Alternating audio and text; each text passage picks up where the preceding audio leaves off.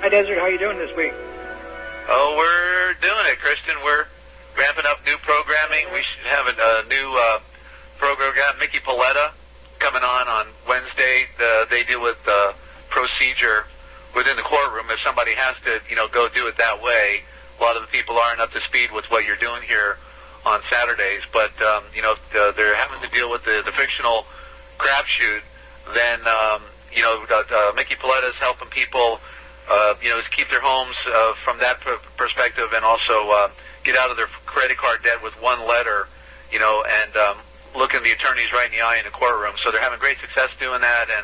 And then Keith Edward Livingway, he's going to be on as well on Wednesday, starting this Wednesday, talking about, I don't know, I can't even begin to explain it, because Keith, I've been interviewing him since 1996, and he's always been on the cutting edge as well. All from a different perspective, though. I know you're at the core of the onion, Christian, because you're dealing with the reality and knowing how to take the power of the pen and put it back in your hand instead of letting people to sell themselves out with that very pen in their hand. You're telling them now how to save their lives with that pen in their hand, and that is the way to go. And the simplicity of expressing the trust, right? Right. That's at the core of the whole matter. I'm not saying that you can't get a remedy in debt or creditor or doing a set-off or discharge or whatever. Yeah, you can. It happens, yeah. Getting the whole ball of wax, the whole rug pulled out from the whole thing. Right, well, you're getting us out of Oz back into Kansas. Now, Christian, real quick, your audio's a little low. I'm trying to boost you, so hit number 6 about 5 times, and let's see if that boosts you up so we get you up to speed here. How's that? Yeah, you're definitely better, Christian. That sounded pretty good. And I just want to mention we're putting up, we've had a real, we look perfect on Firefox, and then when you go to Internet Explorer, our network just really wasn't looking up to speed, so I started working on that this week with my webmaster and tweaking it. There's just, there's disharmony between the domain or the search engines, and so we've never looked good on Internet Explorer. We look good on Safari and Firefox, but so I did some tweaking this week, figuring out how to make us look better on Internet Explorer. But it's a shame that they've got this competitive nature within the Internet providers. But we have on the archive page, if anyone goes there, a new subfolder, and it's called PowerPoint Presentations. If you go there, we've got some of the category listing already there, and we should be done by hopefully Monday, Wednesday at the latest. We'll have about 180 categories of PowerPoint presentations. I've got like 700 of them. I got the largest collection maybe in the world. I've been getting them for the last several years by email from all over and collecting them. And then I realized, hey, wait a minute, I can make these available. Why sit on them?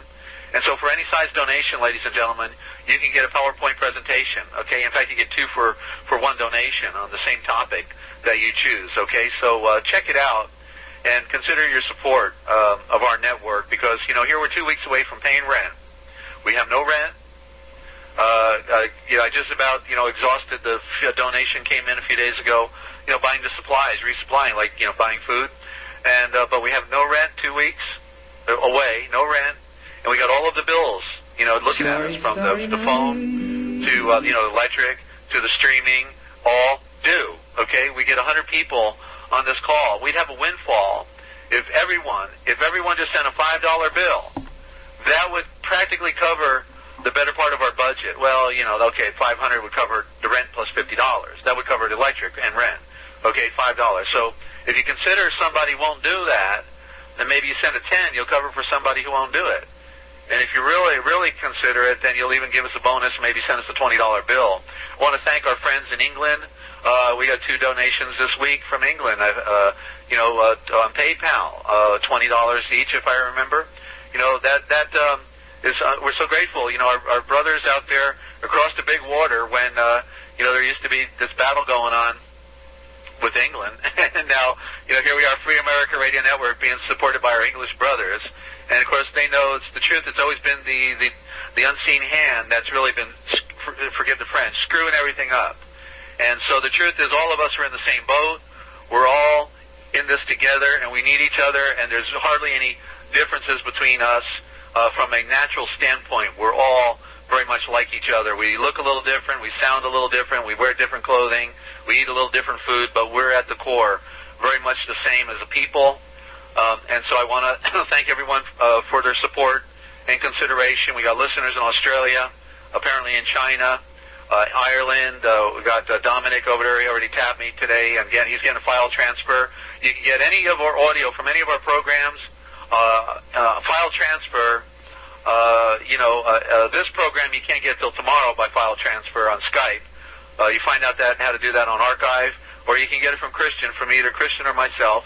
But any of our programming that we do, if you hear a program you like and you want to get a copy of it, you can get it from me almost any time. Just make the PayPal donation and then hit me up on our contact page and tell me what you were looking for. And as soon as I get the confirmation on PayPal, you got it by file transfer on Skype, okay?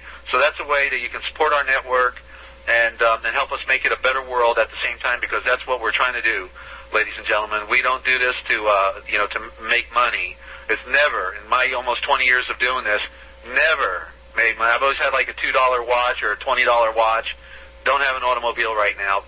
May never, unless a real miracle, unless we have a real happening. But this is a labor of love. I do this for my daughter, because when I found out they were coming to kill my daughter, that's when I decided to roll up my sleeves and get involved, okay? So you're benefiting. Christian Walters gives you $1 million presentation. He gives you the most powerful research, saves you from having to do 30,000 hours worth of reading over the last several years or more, and brings it into clear light, and you get it really, you get it whether you provide anything or not. You can just listen in, and so consider supporting, and please tell your friends. You wanted to know, your friends certainly want to know as well, okay? So thank you for your patience and enduring, and now let's get on with Christian Walters. Christian? Okay. Did you tell them how to make a PayPal donation? Well, the website? Okay, yeah. Well, they go to the contact page or the archive page. Archive explains how to do the file transfers, or if you want to make an outright donation, we got the PayPal button on the program schedule. And also, if you want to, check out Christian's website, you don't have to remember it if you don't, you're always forgetting stuff. Just go to Saturday, 7 p.m. and click on Money, Banking, and Trust. It goes right to his website. Beautiful website. Christian's doing, and then also you click on Christian's name, goes to his email. We'll have his other email there hopefully next week. So you click on Christian, it goes to the one email. Click on Walters, it'll go to the other email. Totally functional, full service here. We got the most dynamic. Okay, this is the truth. I've been looking at all the networks and radio for how many years. We have the #1 program schedule in internet history for radio. The #1, the most interactive. You click on the different programs. They go to different links. Click on We Are All Doing Time. It goes to the book that inspired the programming, the We Are All Doing Time series. Click on the chat room. It says chat with special guests. All of you here can be talking in the chat room while you're listening to Christian. If you want to share information or, post something. But we don't want that abused either, so make sure it's proper etiquette and protocol for posting something there. Run it by us perhaps if you're not sure. Please, okay? Because first of all, Christian is entitled to his property right and his work that he's doing here, and so before you offer anything that Christian is doing, you need to really run it by him. And we appreciate your consideration and courtesy. We have a free form here. We don't mind people giving out websites, or anything like that if it's somehow related to our freedom issues. You can certainly do that, but if you're not sure. If you're not sure, then definitely hit us up. But we're here. If you got an emergency notice, you can give us an emergency notice. We're not user unfriendly here. We're here to participate in the bigger picture, and we all love our Heavenly Father and Christ. But just realize how vital this work is, and how we're all in this together, working together. And you got to take and you got to give at the same time. Okay, so thanks. Again, in my programming coming up after Christian, the Forbidden History series, what they didn't want you to know, we'll tell right here. Something special, okay, just something special coming up. Now, Christian, we had to cut a lot of people off last week. Well, maybe 3 or 4 or 5, I don't remember. But from now on, we're going to try to run it. We're going to run it and try to answer everybody's questions, okay?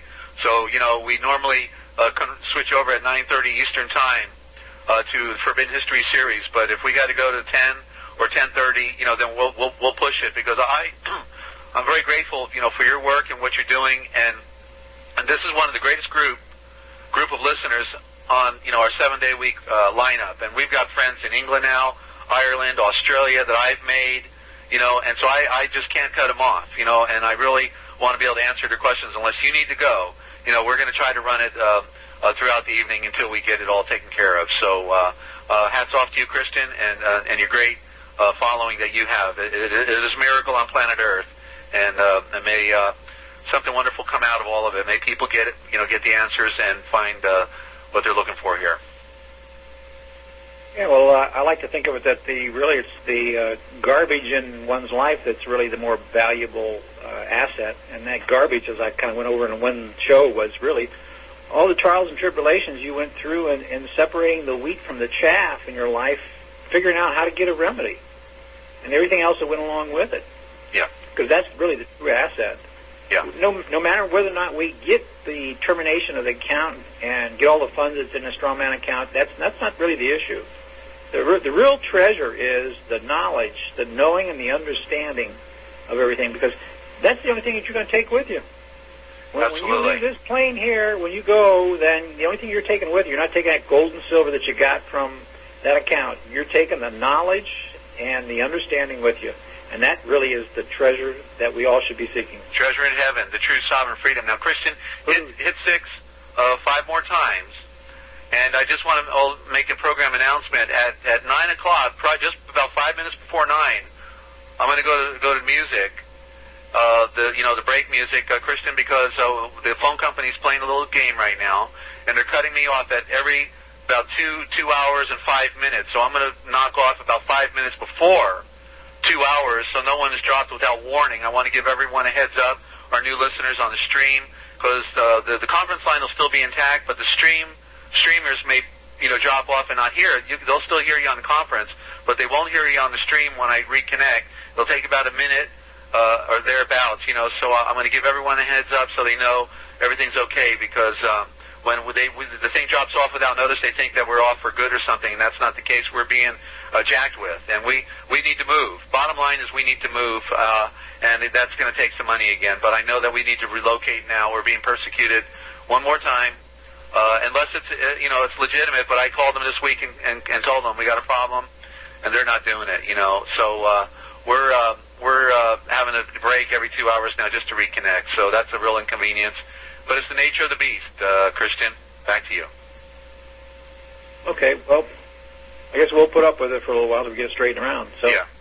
Welcome everyone to this Saturday, February 13th edition of Money, Banking, and Trusts. I'm your host, Christian Walters, and welcome to NTT as New Trust Technology as well, and the moving titles and platform, what it's really based on. So we'll go into a little description about what is that moving titles platform, and in order for it to help people understand, the A through Z concepts out there today in this arena, I've come up with a more simplified way of understanding it all. It's a way of looking at everything as a title in the public that represents the real thing in the private. So really, there's that public versus private scenario that everybody has to get fixed in their mind, and so that concept's kind of hard and difficult to first, because everybody's got a one-track mind. They haven't been trained. They haven't trained their mind to think in a duality thinking. So the title is moved through an understanding of this technology that is used, and to move the title from one account into another. And this technology recognition is the moving titles platform. So it's kind of the device that is used, and we use the UCC 1s and the 3s to claim and move the titles, and we create titles that don't exist.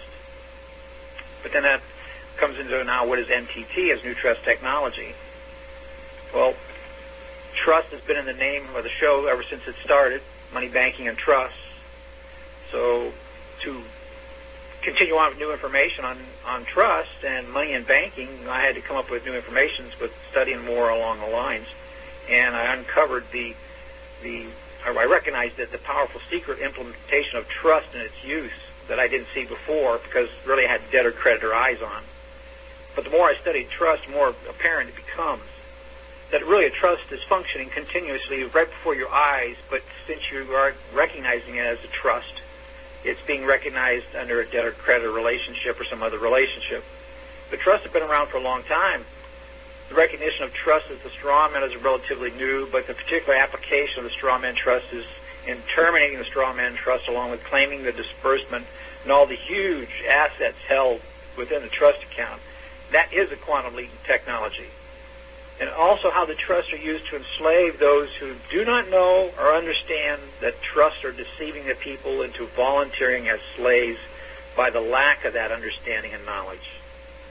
The secret is that no party in the trust needs to know or understand that a trust is being formed. I'll repeat that. The secret is that no party in the trust needs to know or understand that the trust is being formed. That's truly amazing. And the key operative word is that the trust is being formed. Formed. And also in the operation of the trust, you do not need to know that a trust is operating. But I didn't say about the enforcement of the trust, because in order to enforce the trust, somebody has to know and understand. But the operative word being formed and administered, nobody needs to know about it being a trust. And that's the truly amazing part. And that is a stumbling block for some. They need to think about it as the pen example that I give out. If I give you my pen and say to you, I want my pen back, that is a trust, because all the elements are there necessary to form a trust that the law will recognize as a trust. And you didn't know that you were the trustee, and I didn't even know that I was the grantor on it. But that doesn't mean that a trust was not there being formed, and once it was formed, that we operated as a trust. Because when I said I wanted my pen back, that was the segregation of the trust res property. I didn't know I was granting it to you as grantor. You didn't know that you were the trustee on it. And you had trustee duty because you had to return my pen, my exact pen, the pen that I gave you in kind back to me. That was a special deposit. Whether no one in the trust knew that it was a special deposit, it still is a trust. Now, to enforce that, if you don't give me my pen back, now we have a different scenario. Somebody in there has to know that it's a trust and understand that it's a trust in order to form it, to enforce it as a trust. But, like I said, the truly amazing thing is that the secret is that no party in the trust needs to know or understand that a trust is being formed or operating as a trust. That is truly amazing once you get that concept down. So knowing who you are is not secured party creditor, like everybody else is thinking in debtor-creditor relationship. But it's first through a trust relationship as grantor. It is knowing who you are as grantor. And now this is a revolutionary concept. We need to know and understand a trust in order to act in expressing and claiming a trust by proving a trust. And then we need to go to the next level and learn how to administer the trust. And if we don't, we'll be right back volunteering into slavery by commingling the private side with the public side again and not accomplishing what our goal is. So the Moving Titles and Commerce workshops now are going to be a work in progress. Together we're going to address the issues that we just talked about. A new remedy utilizing trust, NTT, as new trust technology. So people attending the Moving Titles and Commerce workshop will assemble their own documents, line by line, word by word, paragraph by paragraph, so that they know and understand them. And it's a workshop where they will work and have access to more detailed, in-depth information and guidance through my assistance with my knowledge and understanding of the specific topic of the challenges people face in application to trust. And we're not using trust as a protective device for protecting your assets as a debtor from the creditor coming and getting your assets. No, we're using trust in a totally different manner. Totally different manner. We're using trust as a more of an offensive device. Because really, you don't have to put your property in trust. Because all your assets are in trust already. Let me repeat that again. you don't have to put your assets in trust to protect it. All your assets are in trust and being protected. Why do I have to form a trust? I don't have to. It's already in trust. I just have to enforce the trust. We already have a trust. Why would I need another asset protection device when it's already in trust already? Think about that. So the pricing for the Moving Titles and Commerce Workshop is not going to be free. To join the private workshop study group and have access to myself is $299 per workshop. That's $299 per workshop per person. Or you can pay for two workshops at the special price of $249 per workshop. So there's two options there. You can buy one at $299 or buy two successive workshops at $100 savings for two workshops. Now each workshop includes your World Wide Web access. It's a webinar-style desktop access by computer, which is a must. And your phone access into the workshop session for 2 hours per session. And there are 2 sessions per week for 5 weeks, totaling 20 hours. Now the price will include access to all the past show recordings recorded for personal study. Registration is required, and the payment method will be released along with a start date sometime here in February. And tentatively it's set for Monday and Thursdays at 10 to 12 p.m. Eastern Time. And in order to attend the seminar, you must have the Gilbert's Law Summaries Trust by Edward C. Halbach, Jr. The 13th edition, copyrighted, one I have is 2008, and that's by Thomas West.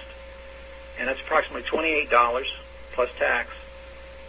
And also get a Black's Law, say 8th or 9th edition, and also a UCC with the official comments. And you need the official comments.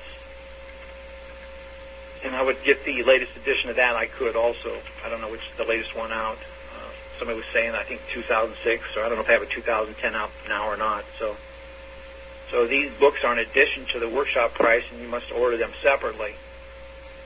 And also, you have to pay your own long distance into the phone call, into the webinar. But most people have access to that already. So you must request a registration application from myself at nttregistration@movingtitles.com.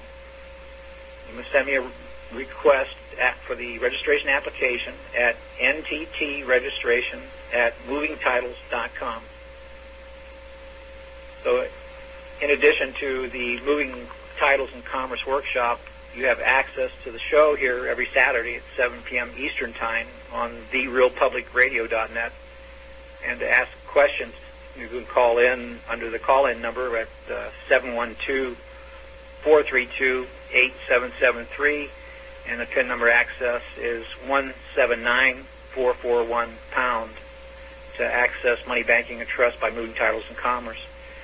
Then I also have a Tuesday night call, and the Tuesday night call number is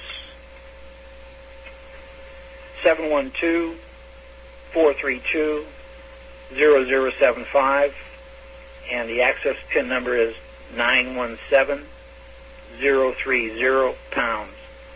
That number again is 712-432-0075, and the PIN number is 917030#. That's a Tuesday, every Tuesday at 10 p.m. And we also have one on Wednesday. And the number to access on Wednesday is 724-444-7444. And the PIN number for accessing that is 41875#. And I believe you need a number 1 after that and another pound sign. And the number again is 724-444-7444. And the PIN access number is 41875#, followed by another 1 pound. And that one is Wednesday at 8 p.m. So those are the 3 shows And we also have a private meeting on Monday, but that's not accessible to everyone. But you can go to the website and get some of the downloads from the Monday one and all the other shows that I have recorded. And the website is movingtitles.com. And if you go to the content page, the audio downloads, you'll find there is now, there was 18 up there, but now I've increased it. There's a total of 41 downloads available right now. And I'll be adding some documents later on because I've created a document page also. So check out the document page. We'll be putting some documents and things up shortly. And we'll be probably adding in some more audio download links. I'll probably put the whole debtor-creditor series that we started out with on the Money, Banking, and Trust by Moving Titles and Commerce show. They'll probably be on the content page with the audio downlinks also, but it'll be in a separate section on that page. But I'm trying to gear that movingtitles.com to solely trust, but I might as well put the rest of the content up there for the debtor-creditor stuff because, I came from debtor-creditor. I know what it's all about, and there's a lot of good information in there, although I'm not really gearing myself towards that anymore. I'm gearing towards trust and trying to get away from debtor-creditor. Not to say that debtor-creditor does not work except for value, return for value. I'm a firm believer on that, but I think it's limited in its success as well as to any other methodology used if you're not expressing the trust. And that's the key position. I do not think it's going to have a high success rate because we've come across through the trust, discovered the reasons why people can't get remedies, and that was discussed on one of the shows on the download links. If you look up that title and the subject matter in the heading, it says why you can't get a remedy. Review that tape because we did a whole show on that. I think I did a Tuesday night show on that. Why you can't get a remedy under debtor-creditor. Or let's put it this way, why you can't get it's only a limited remedy. Because really there's a discretionary trust that has been formed. It's all about trust. A discretionary trust, and the discretionary trustee has discretion whether or not you have success. It's that simple. You're under a protective trust, a discretionary trust. Welcome to trust. Welcome to NTT as a new remedy. So while studying this trust stuff, previously under debtor-creditor, which, now I'm going to ask you to take out your debtor-creditor manuals, if you know what those are. How many of you know what your debtor-creditor manual is out there? Well, your debtor-creditor manual is the UCC, Uniform Commercial Code. That's your debtor-creditor handbook. So take that out. Previously, under debtor-creditor, while I was studying debtor-creditor, the UCC, spent many hours in that book. You'll see my book. It looks like a road map. But anyway, studying this debtor-creditor UCC, it finally started dawning on me through the trust eyes. Once I started developing trust eyes, I started seeing UCC a whole lot differently. A lot differently. So you have to view the debtor-creditor handbook, the UCC handbook, Uniform Commercial Code, through debtor-creditor eyes, through trust eyes. You have to see UCC through trust eyes.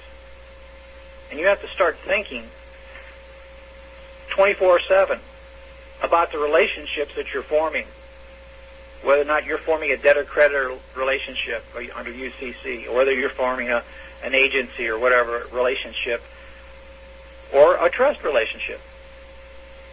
But then you have to know that a trust is being formed. And what are the elements necessary and the methods for formation of a trust? Because I'm going to turn every relationship that I'm going to get into a trust. Because it is a trust. I'm going to express it as a trust. So I'm looking at UCC through different eyes now. I'm looking through trust eyes. And I see UCC being a whole different gamut from what I saw before. Let me give you an example. Let's go to Article 4 under UCC, which talks about bank deposits and collections. Let's start there. Article 4, UCC. Let's go to 4-103, and let's talk about variation by agreement. When I was a kid, about 9, 13 years old, my grandmother had for me an account set up at the bank. And we used to go to the bank, and we used to put money in it, you know. And I was a kid. I didn't know what the value of money was. But we always used to go to the bank. And I used to remember going to these big, you know, marble pillars and going into the bank. It was so solemn and quiet in there. You could hear a pin drop. But when you go into the bank, they got these nice big names carved in the face of the bank and the marble granite stone that's in there. And these places look beautiful inside now with their big paintings and their tapestries that they have. But the key thing is that when you entered into the building, the wording across the top, it says ABC Bank and Trust. Whatever the bank is in your hometown, ABC Bank and Trust. When I was a kid, just about every bank in my town had the word trust in it. But now compare that, I'm much older now, compare that now to what you see today. Do you see trust in any wording in any bank today? Think about that. Where did the word trust go, and why? Why is the word trust not in the title to the bank any longer? When just about, when I was a kid, every bank had the word trust in it. What are they hiding from you? What are they hiding from you? Let's look at 4-103, variation by agreement. Well, let me say that now that I see trust, now I have trust eyes and I see the UCC differently. I'm looking at 4-103 by variation by agreement to really mean it's been trust varied by agreement into debtor-creditor relationship, where they've taken the word trust that was in their wording to begin with, taken it out of their title to hide the fact that they have switched it from trust at first, which it always was and still is now, but they're hiding it under an onion skin, hiding the trust by a layer of debtor-creditor relationship. Why else would they take the name trust out of the title of the bank? And now they're getting you into a variation of agreement to vary the original trust purpose of a bank by the variation of the agreement into getting you into a debtor-creditor relationship. You know, this is truly amazing when you start looking at this stuff that has been going on, comparing to what, I was a kid to now, and how things have changed. And through the enlightenment of knowing, especially there's no lawful money today. And if you go through the whole money scenario, if you just take a Black's Law dictionary and go through the whole thing, everything you really need is in Black's Law by itself. If you just read Black's Law from cover to cover and spent about 2 years reading that thing, you would increase your knowledge exponentially. If you start going over definitions like funds, money, what is money? And you look at the roundy-round that they give you about value, worth. Look up these definitions. Do a little study once and see how far you get in a roundy-round. It's really, truly amazing. There's a definition page here I'm looking for. Where is that? You can get really far with the Black's Law just by looking at the definitions, reading through and pick out a topic and make a circular thing. When you read one definition, you come to another word in there, then look up that one in Black's, and then when you look up read that definition, meaning come to another word in there, look that one up, and string them all together. Find out where they lead you to. You'll be amazed. You really will. You'll be amazed where that all takes you. If you go through the definitions like receipt, special deposits, trust deposits, trust receipts. And then you look up things like credit. Credit in Black's 8. Look that one up.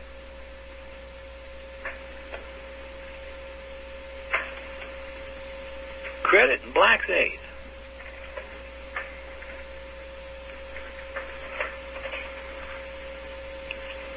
The word credit in Black's 8.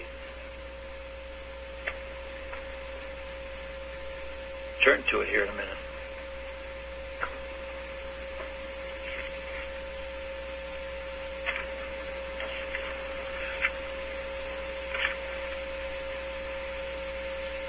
Credit. It says it's a belief. It says trust. The very second word, trust. Credit is trust? Huh. Belief, trust. The jury gave credit to Benson's version. It's a trust. Well, we got some idea that a trust is some building down the four walls down the street. No, it ain't got nothing to do with it. Trust is not the four walls down the street. It's a relationship. One's ability to borrow money, that's credit. Trust.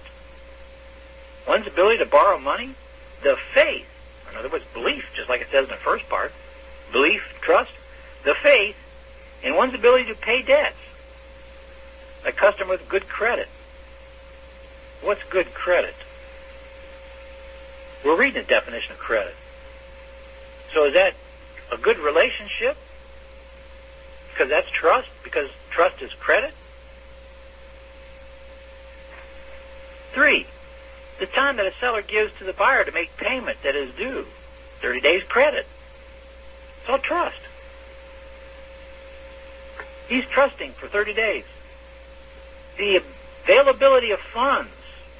Well, there's a word you ought to maybe look that one up right after the bat. Funds. What the heck is funds? The availability of funds, either from a financial institution or under a letter of credit. Maybe I'll look up the word institution and look up letter of credit. Does the bank extend a line of credit to the customer? And then they've got all these other definitions underneath it. I'll read a lot of those, too.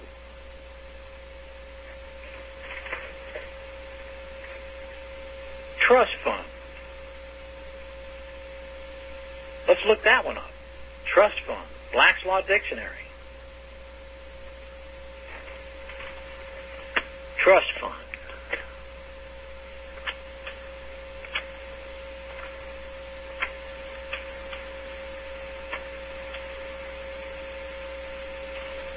Trust fund.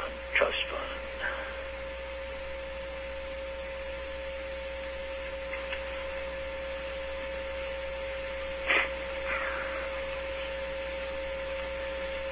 It's in here. Trust fund.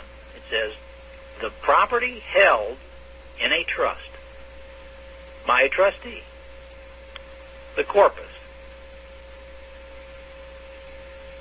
Property held in trust by a trustee. The corpus. And then below that is trust fund doctrine.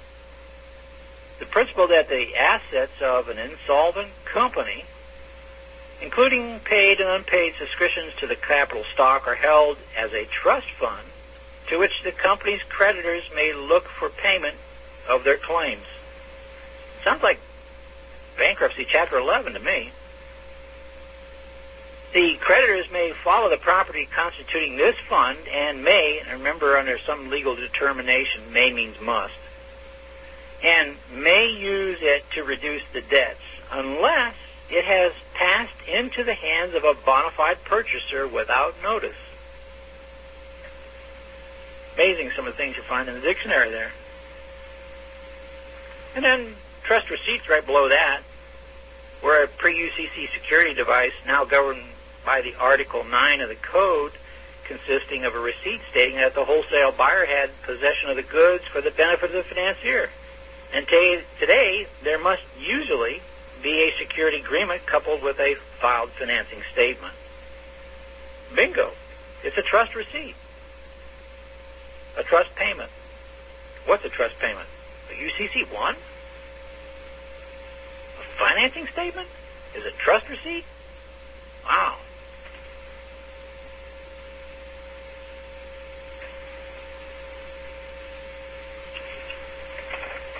Go down a couple more, you find truth. It says fully accurate account. Gee, truth is an account. An account of events. Factually. Truth is an account of events. Must be a deed. Let's go record that. So we have a variation by agreement. Back on the UCC. And we also have probably under trust. And remember, trust is where the conscience of the court finds its expression. And equity is trust. And we're really moving titles in trust functioning as commerce. And our remedy is in equity, and equity is trust. And the key is trust as camouflage under the debtor-creditor relationship disguise. That's the key. You got a debtor-creditor camouflage disguising the fact that the key is really trust. The remedy is not in debtor-creditor relationship as secured party creditor. The remedy is in trust. It's commerce through trust and equity. And in a trust, you are the lender of an asset, an equitable asset, held in special deposit. If you don't express the trust, and then you're the debtor under UCC, debtor-creditor relationship. And you have to bond that case. And it's bonded with a trust. A bond is the trust in a trust relationship. Because my bond is my word. That's the pledge. That's the surety. And in the old days, in feudal times, which is still present today because we're operating under feudal trusts, where originally the pledge for our due execution of the trust was the faith and integrity of the trustee. But the mere feeling of honor proving as are likely when opposed to self-interest, where the trustee started operating with his own self-interest, and extremely precarious security, which is really the pledge.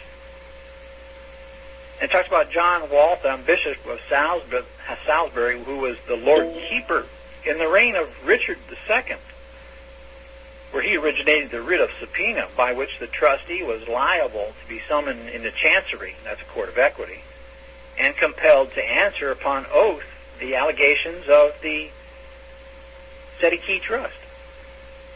Or the Sedekey Trust is really the beneficiary. And if we take these old feudal times expressions out, the fee-off fee and fee-off mint and Sedekey uses and all this stuff that's disguising what's happening today, and we put some more modern terms on there, you're going to find out that that's how trusts are operating today. Except you've made a turn, you've left the republic behind, and you've gone and joined the debtor-creditor democracy without your knowing and understanding, because you were acting without a sense of your knowledge. And you were creating records to prove that you knew or understood by your actions that were confirmed by deeds. Actions and records that you created. But in reality, you really didn't know or understand, because in their realm, you don't have to have sense here to operate as a fiction. All you have to do is act like one. And if you act like one, you are one.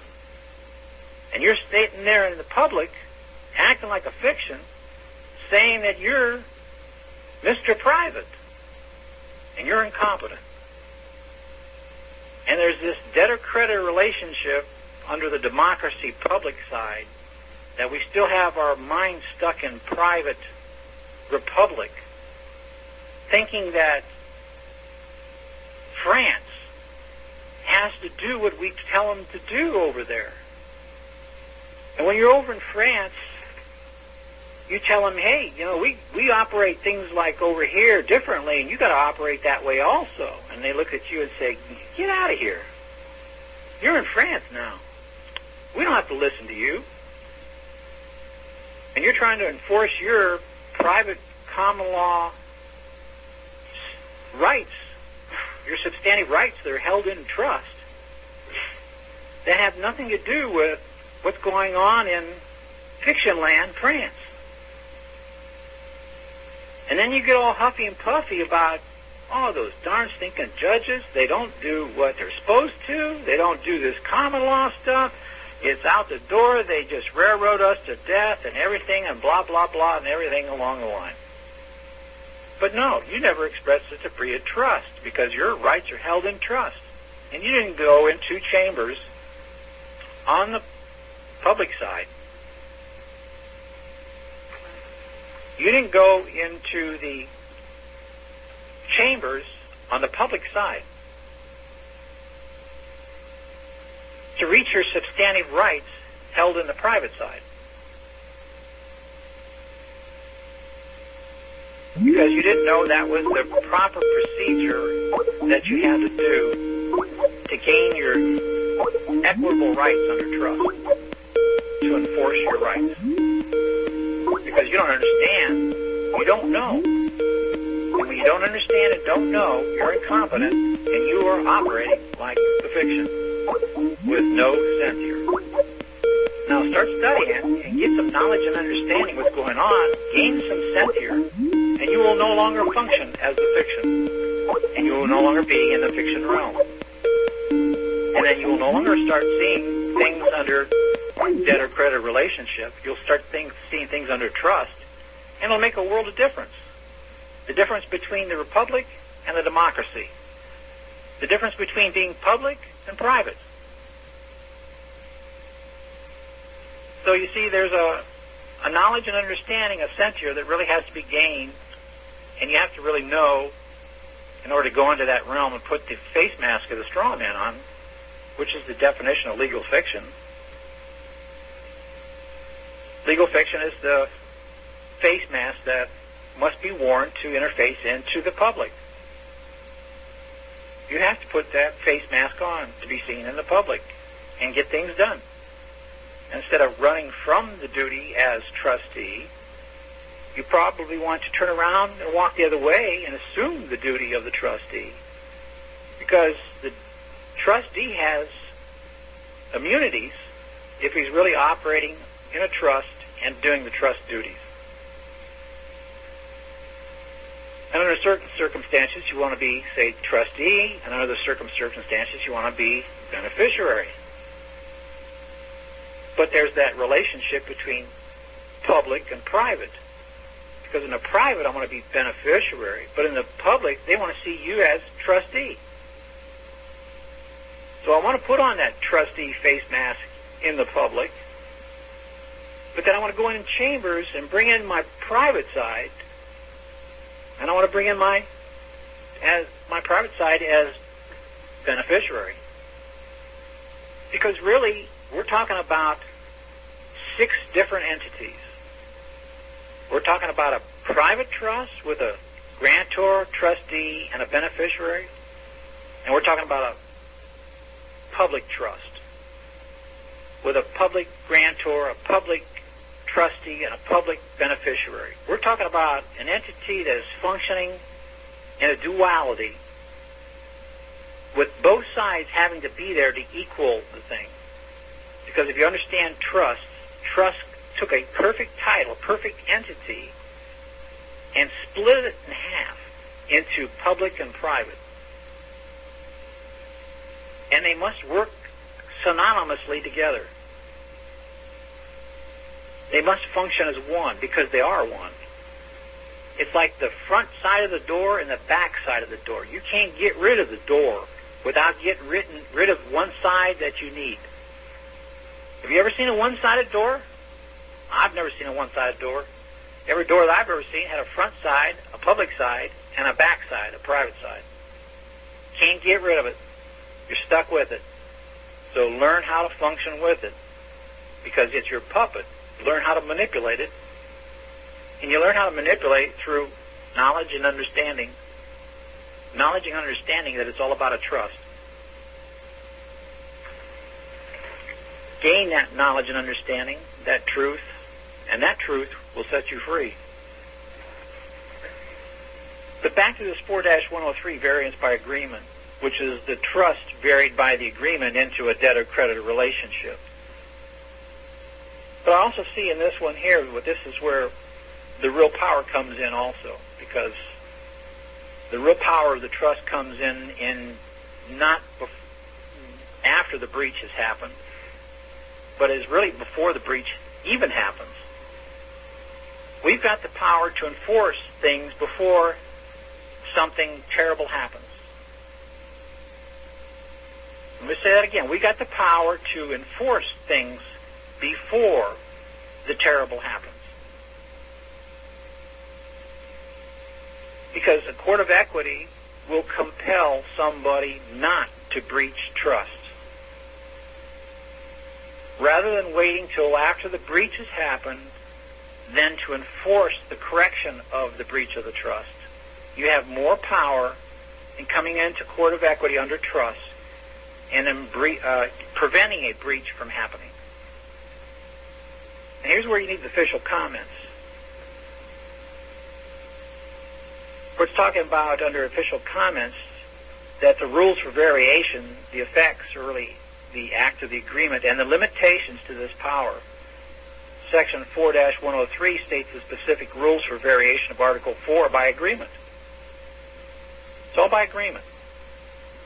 Down farther, it would be unwise to freeze present methods of operating by mandatory statutory rules. And this section, therefore, permits within wide limit variation of the effect of provisions of the article by agreement. And they're talking about Article 4. And 2, it says subsection A confers blanket powers to vary all provisions of the article by agreement. And in particular, they're talking about lack of good faith down 2 lines. And it says that in the absence of a showing that the standards manifestly are unreasonable, the agreement controls. The agreement controls. So if there's nothing is unreasonable. Next paragraph says, as here used agreement has meaning given it to by section 1-201, section 3, the agreement may be direct, as between the owner of a depository bank, or indirect in the case in which the owner authorizes a particular type of procedure. Particular type of procedure. What would that be? Maybe special deposit under trust? And any bank in the collection chain acts pursuant to such authorization. It may be with respect to a single item or to all items. And remember, there are different kinds of items. There's cash items and non-cash items. And non-cash items require special handling, where cash items don't. So to all items handled for a particular customer, trust customer. Example, a general agreement between the depository bank and the customer at the time a deposit account is opened. At the time the deposit account is opened. So if you express the trust at the beginning,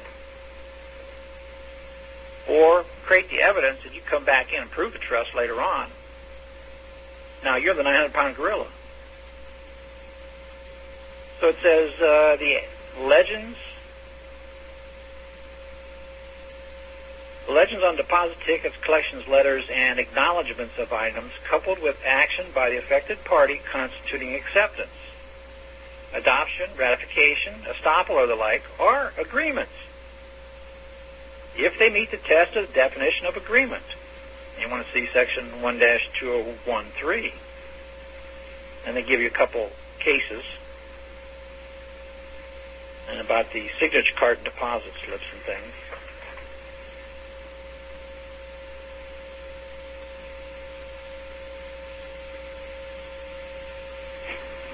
Then on down farther, it says in the body here, skipping quite a few paragraphs, it says 12 U.S.C. section 342 says authorizes each Federal Reserve Bank to receive deposits from non-member banks solely for the purpose of exchange or for collection.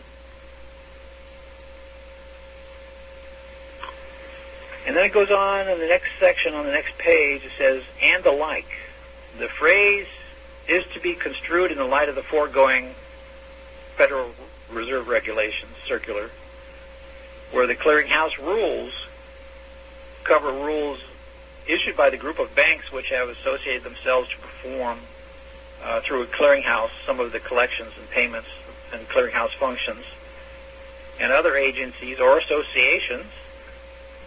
So these are agreements of this kind may establish in the future whose rules and regulations could be appropriately looked on as constituting means of avoiding absolute statutory rigidity. The phrase and the like leaves open possibilities for future development. So are any of you using and the like in anything you're wording? Any verbiage? So an agreement between a number of banks or even all the banks in an area simply because they are banks would not, of course, none of itself by virtue of the phrase and the like meet the purposes and objectives of Section B. And then the next one, 4, it says under the article, banks come under general obligations of the use of good faith. Use of good faith. Do you think it's good faith that they're foreclosing on all these mortgages today? How come you're not getting them in a breach of some kind of agreement, breach of trust? And how come you're not getting them into an unclean hands doctrine, which would be this served by the notary in a presentment, so that you would have a notary certified dishonor certifying that they're not operating in good faith?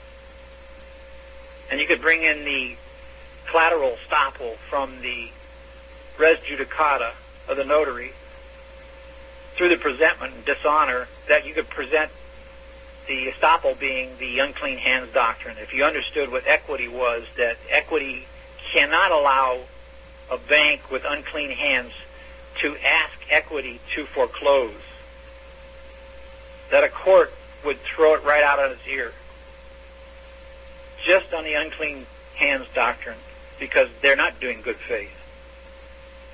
So the use of good faith and the exercise of ordinary care, where good faith is defined under Section 1-201B20. The term ordinary care is defined in Sections 3-103A9.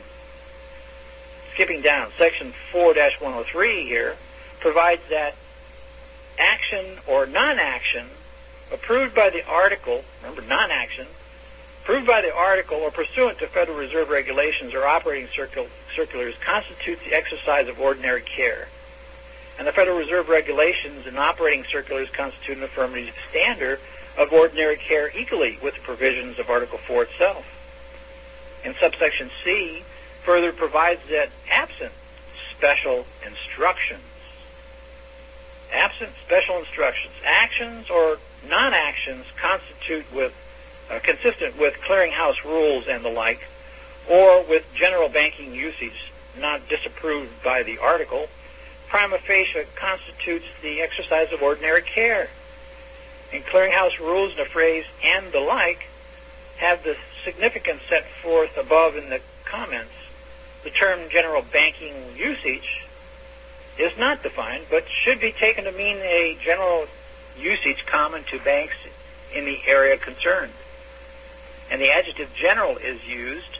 The intention is to require the usage of broader than mere practice between two or three banks, but it is not intended to require usage broader than the mere practice between two or three banks. But it is not intended to require anything as broad as countrywide usage.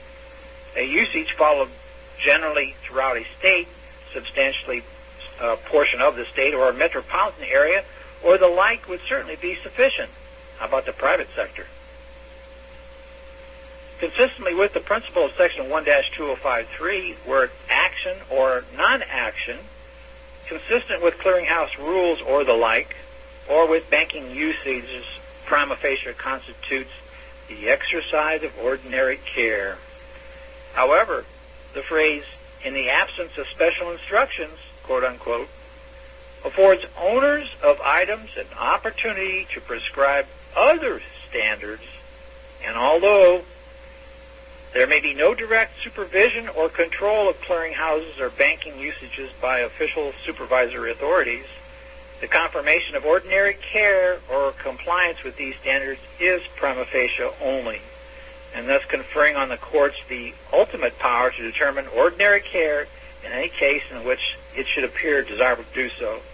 And the prima facie rules does, however, impose on the party contesting the standards to establish that they are unreasonable, arbitrary, or unfair as used by the particular bank.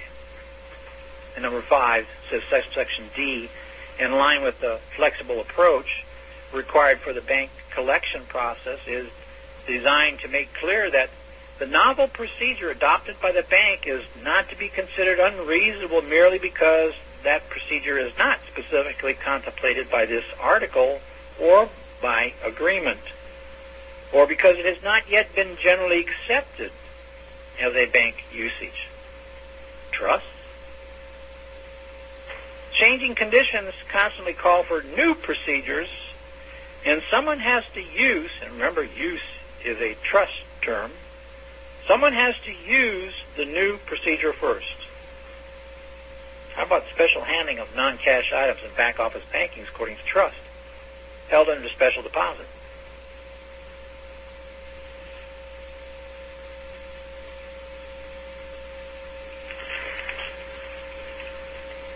Last part states that, finally, if bad faith is established, the rule opens to allow the recovery of other damages whose proximateness is to be treated by the ordinary rules applied in comparable cases.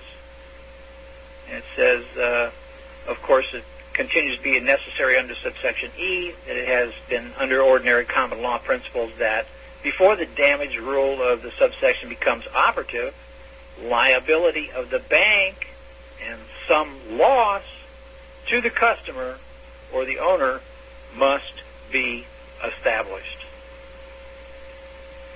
Maximum law, which is a substantive right only in chamber, is he who claims trust must prove trust. Going over that again, liability of the bank and some loss to the customer or owner must be established. Claim trust, prove trust. Claim a liability on the bank, claim some loss, establish that record, and collect on the disbursement. Merge the titles, collect on a disbursement, or terminate the trust and collect on disbursement. So I would read Section 4 of the UCC, Article 4, Bank Deposits. Read through that section, that whole section, and see if you can see things with trust eyes differently. Now we go to the next section, 4A. And 4A is funds transfer under debtor-creditor. But I believe I've seen something different. I'm looking through trust eyes now, and I see funds transfer being under debtor-creditor. But I read Article 4A to be trust funds transfers. Trust fund transfers. Well, I'm looking at a three-party check to be totally different. I'm looking at it to be a three-party check or a draft or a bill of exchange to be nothing more than the three parties being grantor, trustee, and beneficiary. Looking at it that way, when you read the UCC 4 and especially 4A under funds transfer, because under 4A-103, which is the definitions of a payment order, you get into number 1, A1, where it says a payment order means an instruction of the sender to a receiving bank transmitted orally, electronically, or in writing to pay, or to cause into the bank to pay a fixed or determinable amount of money to a beneficiary. To a beneficiary. A beneficiary. That's a trust term, folks. Why did they take the word trust out of banks and their titles on the fronts of their buildings when they had it in there years ago when I was a kid? And why are they talking about beneficiaries under 4A-103 of UCC? And also in number 2, it talks about beneficiaries, means a person who to be paid by the beneficiary's bank. And number 3, beneficiary's bank means the bank identified at a payment order, which an account of the beneficiary is to be credited. Credited.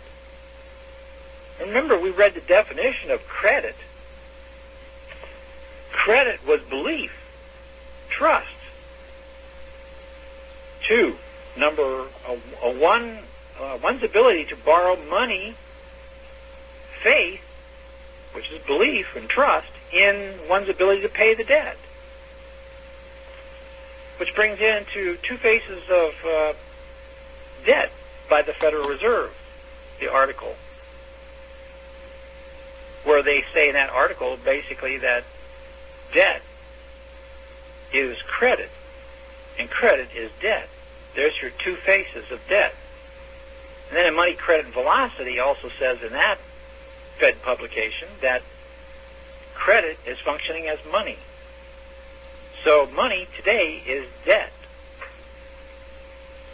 which credit is a trust, which is your belief or your faith in a relationship between a thing, the res, the principle, the corpus, or the trust, in relation to the trustee for the benefit of another. So when you write your checks out this coming week, think about trust. Think grantor, trustee, and beneficiary.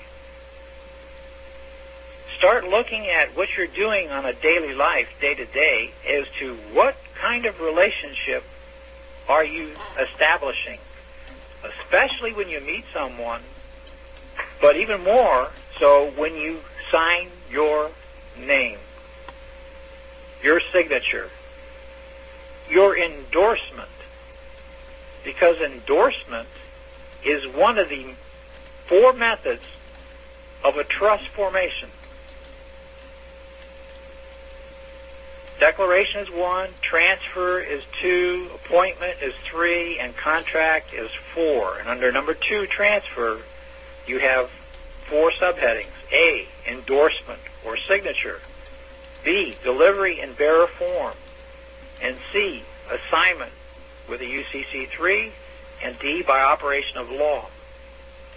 And if you have one of those methods of formation combined with the 4 elements necessary to form a trust, and that is number 1, intent, number 2, purpose, and number 3, parties. And parties is grantor, trustee, and beneficiary.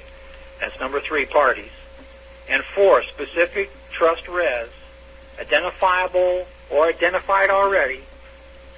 Then you have all the necessary elements and the method of formation of a trust that the law must recognize as a trust, if you can bring in the record of that evidence. Claim a trust and prove a trust. And now you find yourself in equity and operating where trusts are, where the 900-pound gorilla is to do the enforcement for you. Because equity is going to compel someone not to breach the trust, and if they have breached the trust, then they're going to compel that person to do the duty of the trust.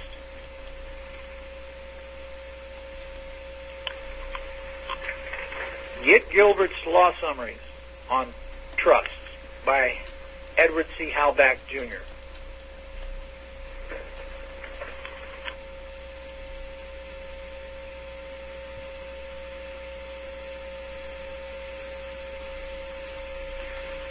The key points in Gilbert's is page 6, talking about relationships, where it's going to talk about debtor-creditor, agency, fiduciary, and trusts, of how they're very closely related, and if one of the elements is necessary, to form a trust. If it's missing, then you don't have a trust.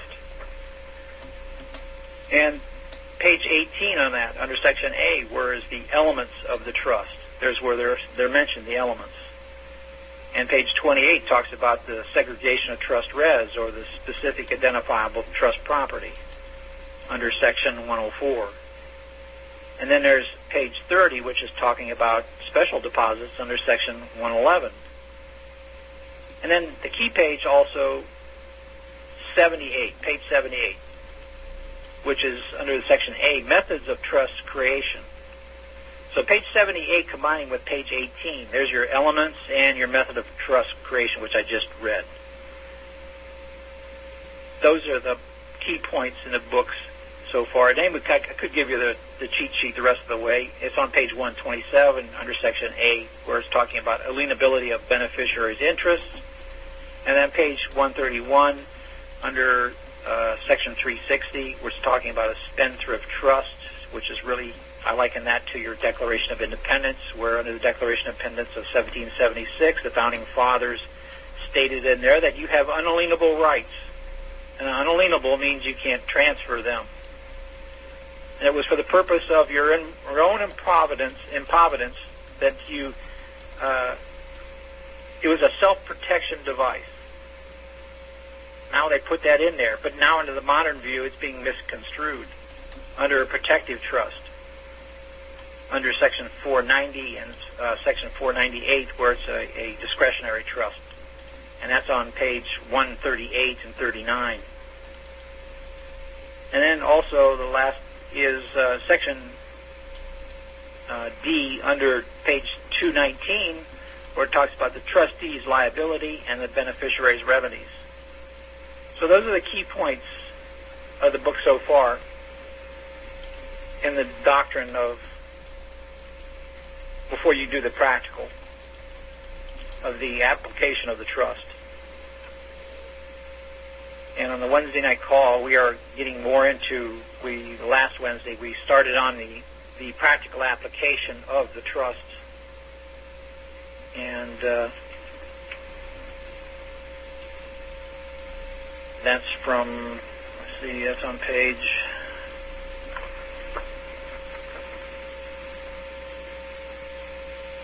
we're going through this on the Wednesday more or less verbatim. And we're talking about it verbatim-wise.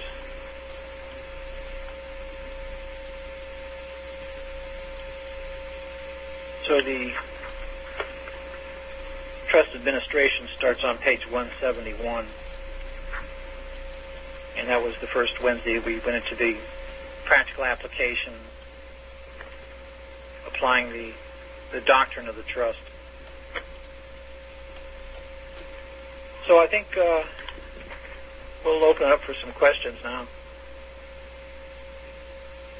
So press, is it, I guess you got to raise your hand, star 5, yes, I guess. Star 5, Christian.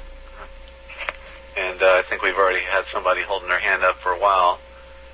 And that was Bill in New Jersey. You're on. Good to have you, Bill. Hi, how you doing, Christian? Okay, great. Listen, I sent you email about the UCC book. Hold on, Bill. Bill, wait a minute. Boost your audio. You're low for the recording. Hit your number 6 a few times, please. Let's see what we got. Hello? Yeah, do it a couple more times, please. Hello? Yeah, okay, we'll go with that. Thanks, Bill. Okay, I'll speak up louder. Thank you. I sent you email about the UCC book. It's called Commercial Debtor and Credit Law, 2009. It costs $45, which is a lot less than they're asking for some other books. It seems to parallel what you're saying exactly. Plus, it has other information in it. Yeah, it does, but I don't think that's the right one, though. It's the one put out by Thomas West, and it's called Uniform Commercial Code. And it has official text and comments. Yeah, it also has its official text and comments. Okay, well, if it doesn't have official text and comments, then okay. It does. It's Foundation Press. Okay. What year is it? 2009. 2009. Okay. Is it a greenish cover? Yes. Okay. Compared, the old debtor-creditor book that we've got with the UCC, if it's verbatim, then it would be okay. Yeah, I'm just saying people can save money. It's $45 as opposed to paying $95. Yeah. Yeah. But that's by a different publisher? Yes, it is. Yeah. Maybe they're paying more for the Thompson West name on the side, I guess. But what you're reading tonight, I'm reading along with you, all the comments of this. Okay, well, if it reads verbatim, then, that might be good enough, because if it contains, the UCC plus the official comments, then that's what you want. Exactly. And a question. I was listening to your Monday night ambassador's call, the report, right? And you were talking about the of the states. We had A is conveyed some property for B and C and D. And there was quite a bit of discussion about what that really meant. And, right. But I think that is it possible we need to look at that example as an example of what a privy estate was and why a trust had to be formed. Because with that example, it showed how if C were the beneficiary, and we really don't know because in those days, trusts hadn't been formed as it is today. Right. It was just an example of a man conveying a use to A, and all those other things were happening. Yet there was a large discussion about whether or not it was a trust. Mm-hmm. But the use we didn't. Trust. Excuse me? The use is a trust. Yes, I understand that, but the last part of the sentence was that D was not subject to C's equity complaint because it was a privy of estate. Mm-hmm. Which privity of estate was a successive trust. Also, okay, but I thought I read that privity meant having knowledge between two parties. True. That's their definition is. Yep. So A and D had knowledge of their relationship exclusive of C. Mm-hmm. And that was the reason why they instituted trust. Well, that's how it came about because they had to protect C. There was no remedy to protect them because of the privity of estate. Yeah, that article that we're reading, well, not an article, those 2 volumes we're reading is really the white trust, I call it, which is your trust before 1933. Yes. And in comparison to Gilbert's Law Summaries, which is post-1933, which is a statutory trust. So that's the black trust compared to the white trust that we were talking about on that show.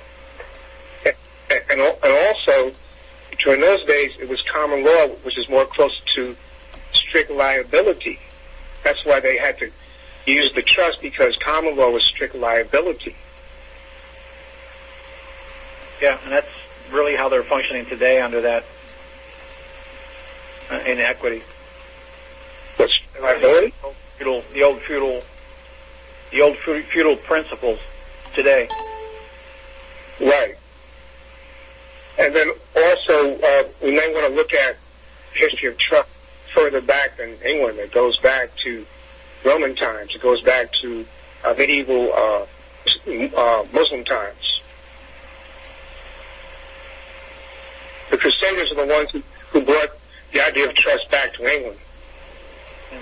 We've never really left trust. It's still there. Right. Okay. There was a question on Skype here regarding the book. The question is, ask where you got the book that you were referring to. I got the book at Rutgers Law School in Newark, New Jersey, but it's Foundation Press. That's the publisher, Foundation Press. The title of the book again? Commercial and Debtor Creditor Law. Selected Statutes. 2009 edition. Foundation Press. Thank you, Bill. Welcome. I think that check in there and see if you can find Article 10 in there. I think I remember one time before that we checked through that part, and Article 10 is not in there, where Article 10 will probably be in the UCC one. If you can find, like, Article 10 in there. It is. Is Article 10 in there? Effective date and repealer, Article 10. All right. Well, that's got it in there. Article 11, effective date and transmission provisions. Yeah, well, it looks like that might do the job then.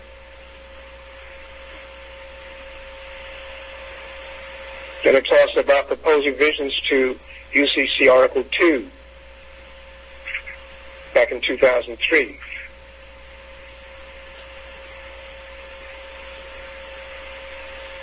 Okay. And it has a whole section on Regulation Z, bankruptcy, and things of that nature.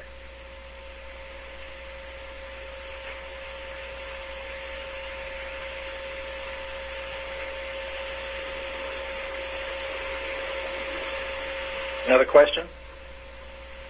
No, I'm finished. Thank you. Okay, thank you, Bill. If you hit star 1, that should meet you out. And we'll go to our next question here. I know, last week we had a cutoff from Dominic in Ireland, and Dominic, I wanted to start with him, but I guess he said he was going to do it on Skype, so I guess Dominic will wait till give me a heads up, and then we'll take you, because you were last up last week. And that includes also, I believe, Rhonda in Missouri was standing by. We had to get on with the program last week, so if Rhonda, you decide you want in, I'm going to take you, because you and Dominic were last, as I remember specifically. So we'll pick it up, from that order if you all get on board here. Otherwise, we're going to go now to area code, let's see here. Okay, area code 920. State your first name and where you're calling from, please.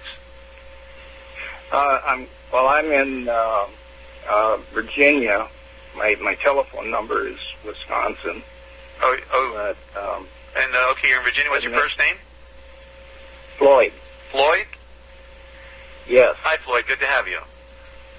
Well, thank you. You bet. Excuse me? I said you bet. Just hit your audio 6. Hit 6 about 3 or 4 times to try to boost, okay? That'll help. Okay, hit number 6? Yeah, about 4 times. That'll boost your audio. You're a little low, Floyd.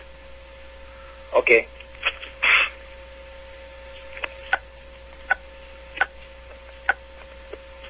Is that better? Hit it a few more times. Okay. Okay, you're there. I boosted you on this end. You're good. Go ahead, Floyd. How's that? Thank you. You're good. Okay. Yeah, I've been listening to Christian for a little bit now, and I was introduced to him through Patrick, 1099A by Patrick. Right. And, excuse me? Go ahead. Oh, okay, yeah. And I wanted to ask maybe a couple questions of you, Christian. Patrick was talking in regard to closing down the public side of the trust, and he, first of all, he said that we needed to do a UCC1 filing, and then later he said that he'd come to the conclusion that wasn't necessary to close down the public side, and I'm confused about whether we should or shouldn't do that now, and I don't know what filings to do or anything like that. So how do I get the answer to all of this stuff? I've gone back and I'm starting to listen to all of your radio programs to try and get all the information that you're teaching, and I was wondering, would I pick up that information through listening to that? It's there. I can't tell you exactly which ones to look at. which ones in particular. But I'm of the opinion that really I vacillated back and forth whether or not to just claim the account and operate under the trust, or rather to terminate the trust altogether. And I'm more or less coming to the conclusion that I believe we must terminate the trust completely, and then we're going to take the remainder of that and form a new trust, and that way it's totally everything that would be associated with that trust account would be terminated as well also. So there cannot be anything connected to it because that straw man account is terminated completely. And I think that's really the way it has to go. And I kind of base that on the definition of closed account. In order to get a settlement, you must close the account first. Now, if you go by definition of closed account, let's see if I can find it quick. Is that where we have to put in a 1522 to do that? Well, I'm not exactly giving any specific details of forms and things. I more or less gave it on the 126 show of January 26th, kind of a detailed outline from A to Z, given kind of a model of what we're going to be doing. So if you want to get the download from the 126 2010 show there, that in the first hour was a complete A through Z explanation of a model, how we're going to do it. Is that the one that you can't access right now, that you're going to be putting up later, or what? No, it's up there. It's up there already. Oh, it is up there? Yeah. Okay. Because I know there was one that when I went to download it, there was no button to hit to download it, and I don't remember which one it was, but I know that you had to download. You just right click on them and save the target as. And that's what I was doing. Yeah. But this particular one didn't have any way to do that. No, there's no particular download buttons. You just have to click on the link itself. I see. Okay. Right click on the link and then save it. Okay. Okay, but 126/2010 will give me the procedure to do that then. Yeah, that goes in depth about how we're going to be doing. Okay. All right. Under the definition of account in Black's Law, it says closed account. It says a closed account is an account that no further credits or debits may be added, but that remains open for adjustment or set-off. So, all along we're talking about, if we're going to do settlement and closure, that's, the nomenclature is backwards when we say that, because really you have to close the account first in order to get a settlement. We're saying that backwards. Somehow we've got it established in our mind. We always want to say close. We always want to say settlement and closure.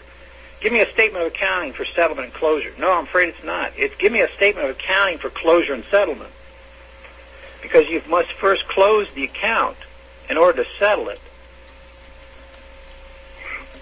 Because a closed account remains open for adjustments or set-off, but first it has to be closed, and then you're going to get a settlement.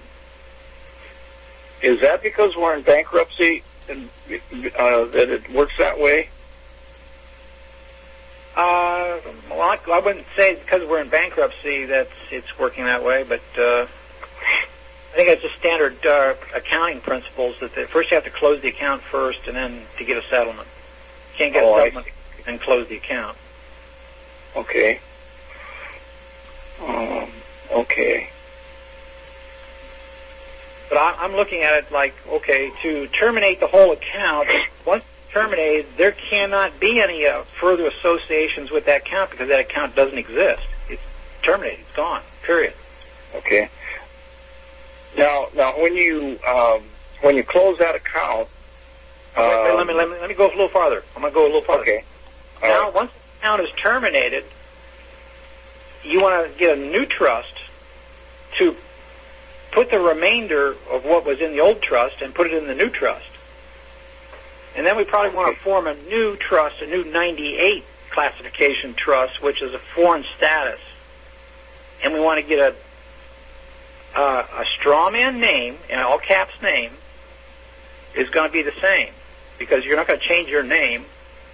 And I'm really not going to change my straw man name, per se, the beginning part, but the number that comes afterwards, the old number is gone, but now we're going to get a new number 98 number, to put along with the capital name number. So it looks to them like everything is still the same because you got the same name, but now you got a new number, and that represents a whole total new account.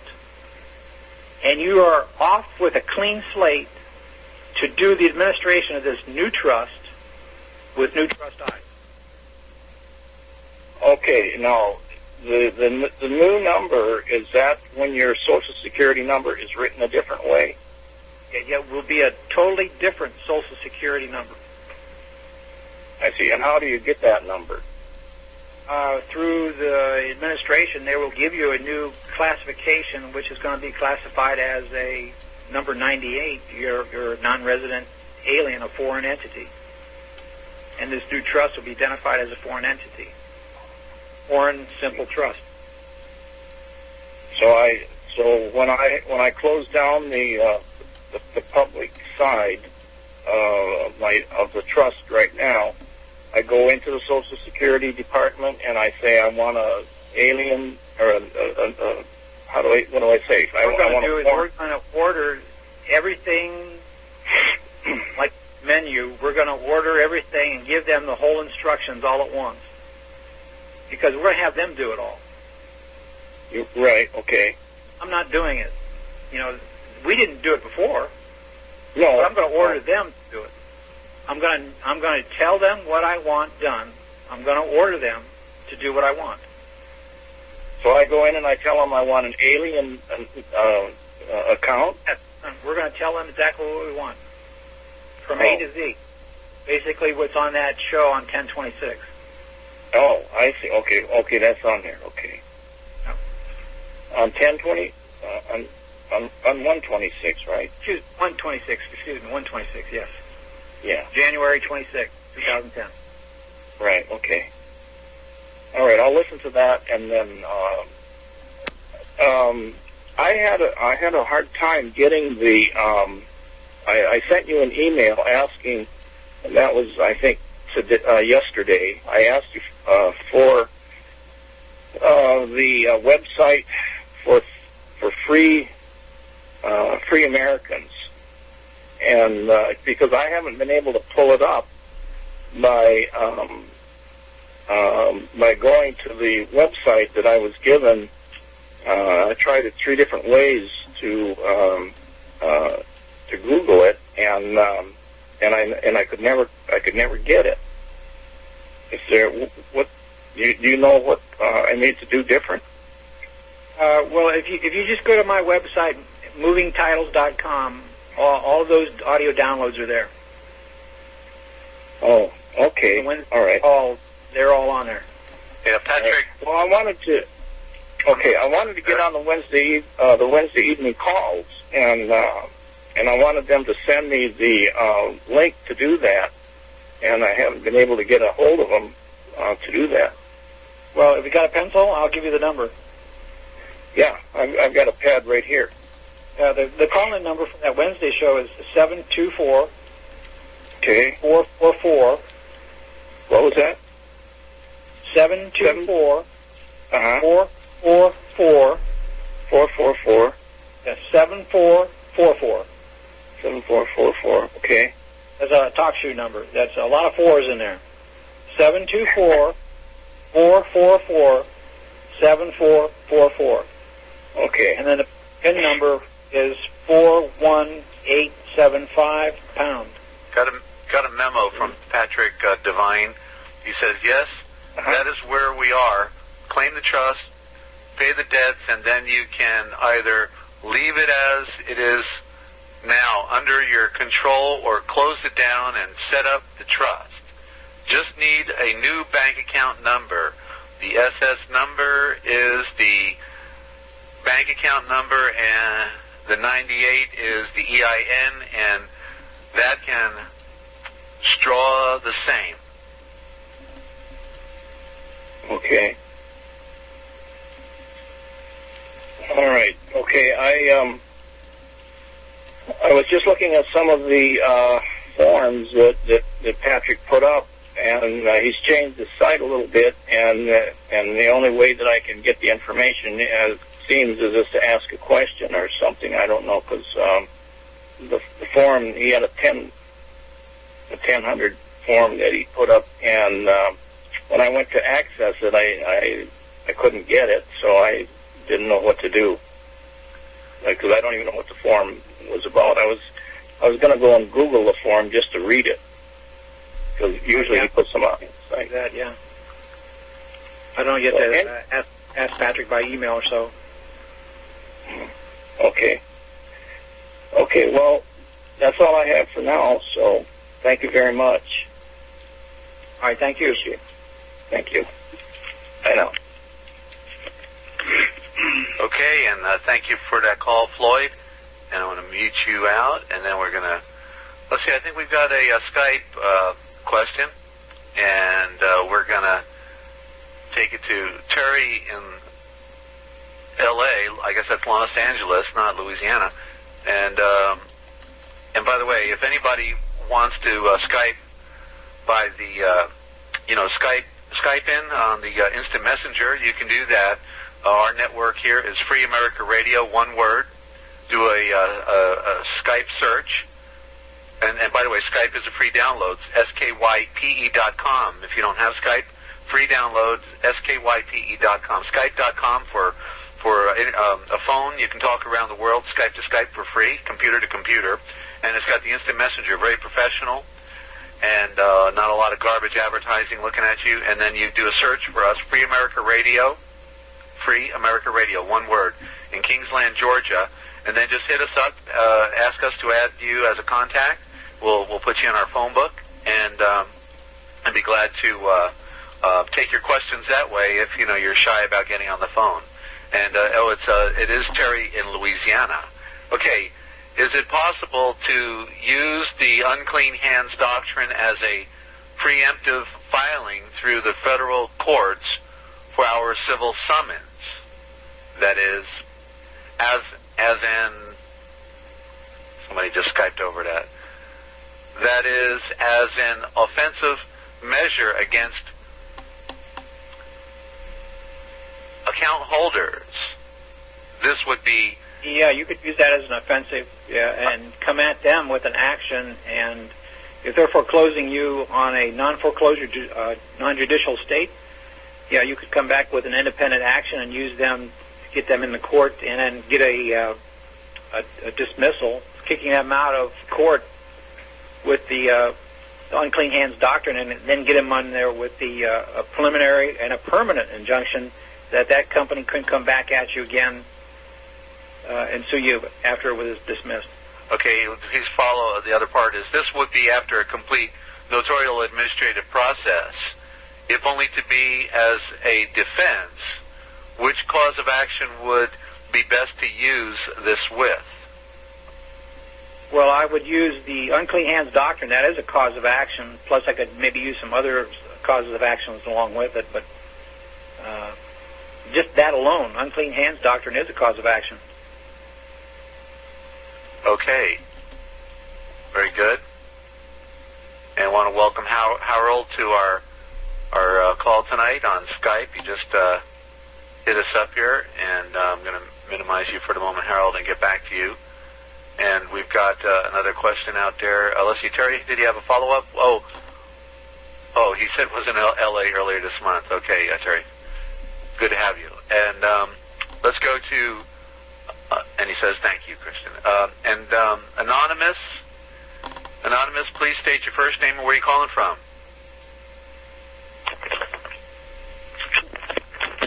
Oh, is that me? Yeah, that's you. Go ahead. Yeah, Kurt. I just wanted to Kurt, where are you from? Actually, Kurt, where are you from? I'm in California. Okay, California. And boost up a little bit with the 6. Hit 6 about 5 times, please. How's that?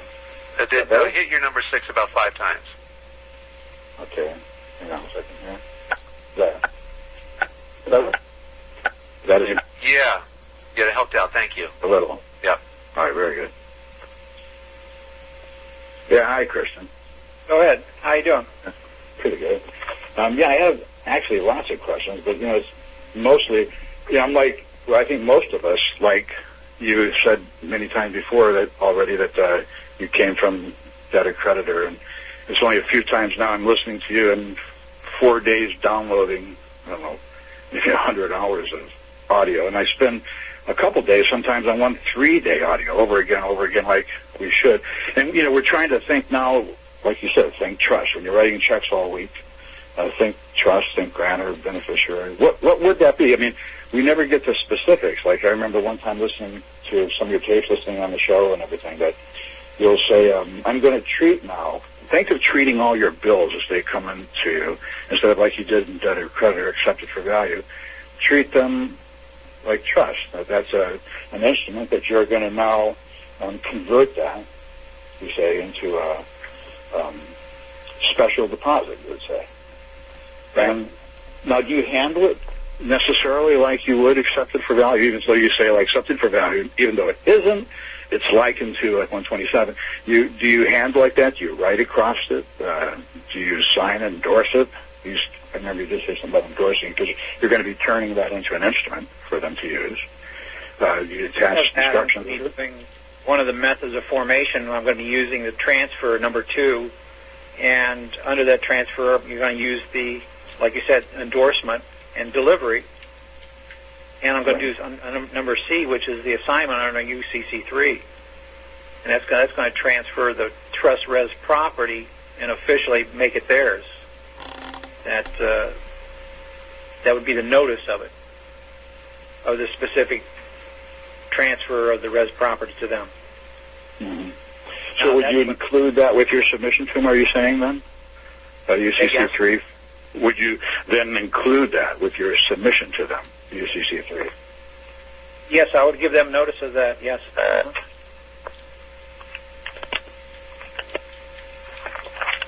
You there still? I'm following due process. Due process is that whatever you do, you have to give everybody notice that's associated with the case. Right, exactly. Okay, so then, so in all those points, then you would, like, as you were talking on about how you would merge the titles. You would instruct them to discharge the debt on the public side, set off on the private, and then of course you don't have to tell them in your instructions. You say that collapses the trust. Then it's just that. When you say that, I couldn't understand whether you had segued into talking about our straw man trust at that point, or whether we're talking to them. I mean, each of these bills and each of these relationships that we're in every day are also trust now. Right. They're all basically the same model. So whether or not you're talking about the main straw man account there, subtrust, or any other trust, subtrust off, whether it be a court case or electric bill, I'm looking at it. It's another trust, and it's all the same model. So then, how do we act? How do we perform? I mean, it's like just because they do you? I mean, I'm not so much into that, but is that in fact the way we do operate? Because they have taken trust off of the front of the banks, as you said. It is deception. I mean, I know that some people I know guys operating that way, except they're tricking us to do the debtor-creditor thing. We're doing the debtor-creditor shuffle, the dance, but really, it's trust. They're operating like they're playing football, and we're coming in as the opposite team. We're playing a game with them, and we think it's baseball. Right, exactly. So I remember you saying at any time, if you didn't claim your trust that you had, that you had made, from the onset of your relationship with somebody, well, 5 years down the road, 10 years down the road, now you can claim it. You claim it once, maxims of law, he who claims a trust must prove a trust. You prove it with your intent and purpose, 3 parties, and you go on and on like that. And so can you trudge along with them into collecting your trust res? And then I remember you said, then you just flip that, and now you make that your trust res, your procedure, your process, like they got you into it, that administrative process. Or, for example, like you say, your bond is your trust, or your word, rather, your word is your bond.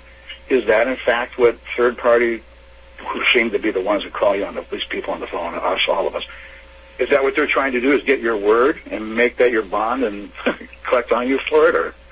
Well, what they've gotten you to do, they've gotten you one better. They've tricked you into signing all kinds of documents under debtor creditor when it was a trust. But you never exactly. Your trust. You're not creating any records that you have a trust, and they're getting you to sign all these documents and create records that it's all debtor creditor, and then they're coming into court and enforcing a debtor creditor relationship on you, which you didn't know it was a trust. You could have expressed it being a trust only if you knew and understood and had created the records to prove the trust. So do you go back at them the same way? I'm not going to tell them that I'm just flipping a trust back at them. I'm going to come back to them and, like I remember you said on one show, just force them to validate the debt, a debt validation. They never... We just put that one on the other side. We'll pick up that one. Yeah, Christian, all we need to do is... I'm sorry. I just need to reconnect, okay? It's getting on the 2-hour mark. I told you they've been cutting me off on the line, so we're just going to do a reconnect. So rather than have you talking and the people on the stream not be able to hear, we'll just hold, and we're going to do a reconnect. That gives everybody a minute or two to go, use the restroom, get a drink, okay? You're tuned into the RealPublicRadio.net, Free America Radio Network. Ask that question again. Okay, very good. Very good. And Money Banking and Trust by Moving Titles and Commerce, your solutions-oriented program right here every Saturday at 7 p.m. Eastern Time. Okay, every Saturday. Tell your friends. We're having a revolution in thinking right here, ladies and gentlemen, okay? We're going to drop off, and we're going to reconnect because Darth Vader and Bhagwan Wandi Rashish or whoever, doesn't like us talking. And so they got a new trick, and it's called cut us off every 2 hours, drop us like a hot potato, and we don't like the surprise. So we're going to do it a controlled drop, and we're going to tie back in, okay? So don't go away. We'll be right back. Glad you're there. Time to tell your friends, okay? Thanks for doing it. I'm Desert Owl. Go away. Ladies and gentlemen, thanks for dealing with that with us, and keep us in your prayers. And, we would be willing to move just to avoid, but we're going to tell them off next week. I'm going to tell them what I really think about them. And we'll see if we can't put the pressure on them. Okay, and we're tuned in with Christian Walters and Money Banking and Trust on the RealPublicRadio.net, Free America Radio Network. And Christian, back to you. Are you there, Christian? Well, he may have just walked away from the phone. He didn't know it'd be so quick. He took that bathroom thing literally. Yeah, he did. And by the way, I want to welcome all of our new listeners here tonight. Glad to have everybody.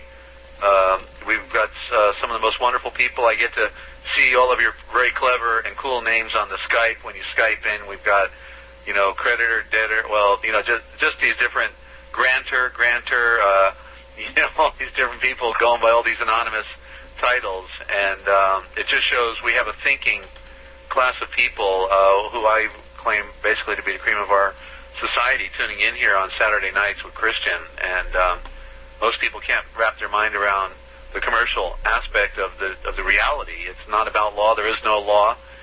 It's commerce, but yet they say it's about money, but there is no money. So it's the most amazing world we have today. A bunch of lies and deceptions.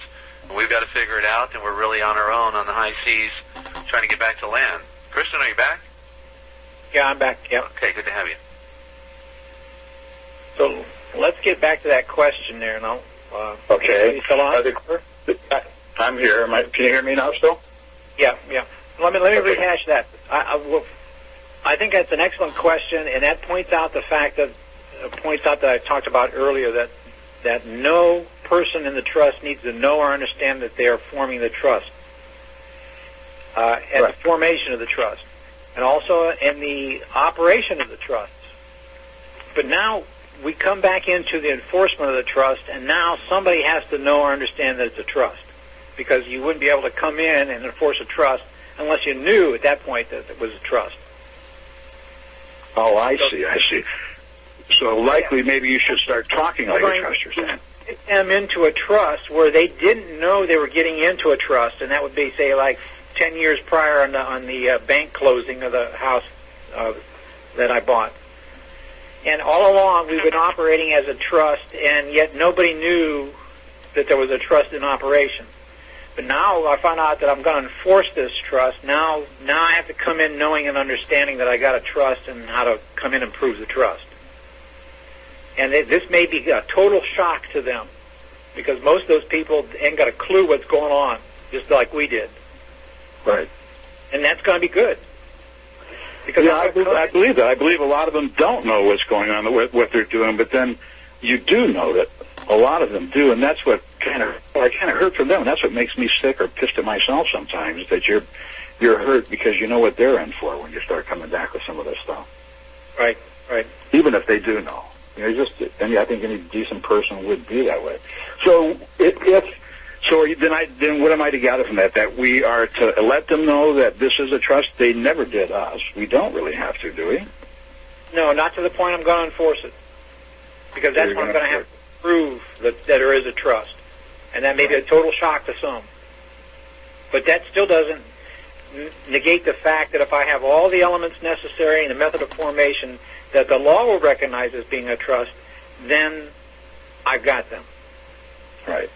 Okay, so the question that I asked then, that when we got all the music coming in, I was going to say, treat the bills now. Start thinking of everything like a trust. And, you really have to literally, physically, like a kid or like a stroke patient, I can only assume, make your mind think these ways. I remember I did that, and I'm still doing that with debtor creditor. Okay, when I put this check in, that's not a deposit, that's a debit, really. And, you're thinking all these opposites, and now here we are with I do believe, and as you explained it, I mean, it seems like you just exactly like you said, this is so simple, but, yeah, try making it simple until you cross your legs and hit your knee, and it jerks out with your thinking the same way. So you got to do, like you said this week, think of everything like writing your check that that it's a trust, and so when we sign it, we're creating it. The signature is the first signature that on the paper is what creates the trust, and that's the grantor. That's us, right? And the trustee is having the bank handle it all for you, right? Or who you may. It could be many different things, or who you may, but the beneficiary could be you or others, but it could be you as long as there are other beneficiaries. And you said you don't have to put everything in writing. Trusts can be oral, and you don't have to write them down. And the least you write, the better, because the least you have to stick up to. And standing on your feet, the judge says, well, that's part of the trust, too. And I just, you just thought of that. But thanks for telling me. That's part. But, I don't want to elaborate on it. But the thing is, you can do everything very loosely, really. And then, like, if we get bills in the mail, like you had suggested, to give yourself a 30, you can roll it over maybe to 60, 90 days. Make them, like you said under Section 910A4, do a debt validation, acknowledge of the debt, and that interrupts the running of the prescription. Right. And that stops the debt. And in fact, I heard you say that, I listened to it many times, that in fact collapses the trust in and of itself. Is that so? The merging of the titles does, under Section 159 October. Well, I remember you mentioned and you talked about that in many times, and even on some of the classes, like tonight when we're listening to. And I don't know, I think are you skirting it purposely until we get into the ambassador? We can specifically go through step by step and tell us how to do these things and how we're supposed to function, or because trying to lay a foundation and build up some knowledge first in people, and then when we get into the workshop, then we actually do the documentation and come up with the actual paperwork. Okay. So I'm not disclosing everything all at once, but over a period of time, you can pretty much get in the whole total picture, really. Exactly. But you're right. You want to be like the caller just before. You want to know just how to do everything, but you really need to sit down in these groups that you're going to put together. And, I've heard last week and the week before, as myself, everybody's written into, NTT registration. And at the end of one show, I remember you even said your name at the end of the show to register there. But you're going to do all this because it's at the end of the month, because you're going to finish up the group you're in with now, right?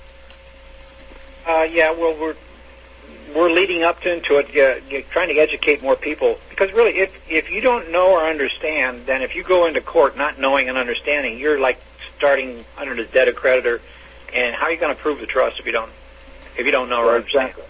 Exactly. And I've seen that with people in debtor creditor, that they do all of this stuff. They template manipulate the paper. I create a bunch of documents. I have you just sign the form, and then you send it in, and you go into court and try to defend that. I'm afraid you're going to lose. Exactly. Well, it's exactly the same with everything.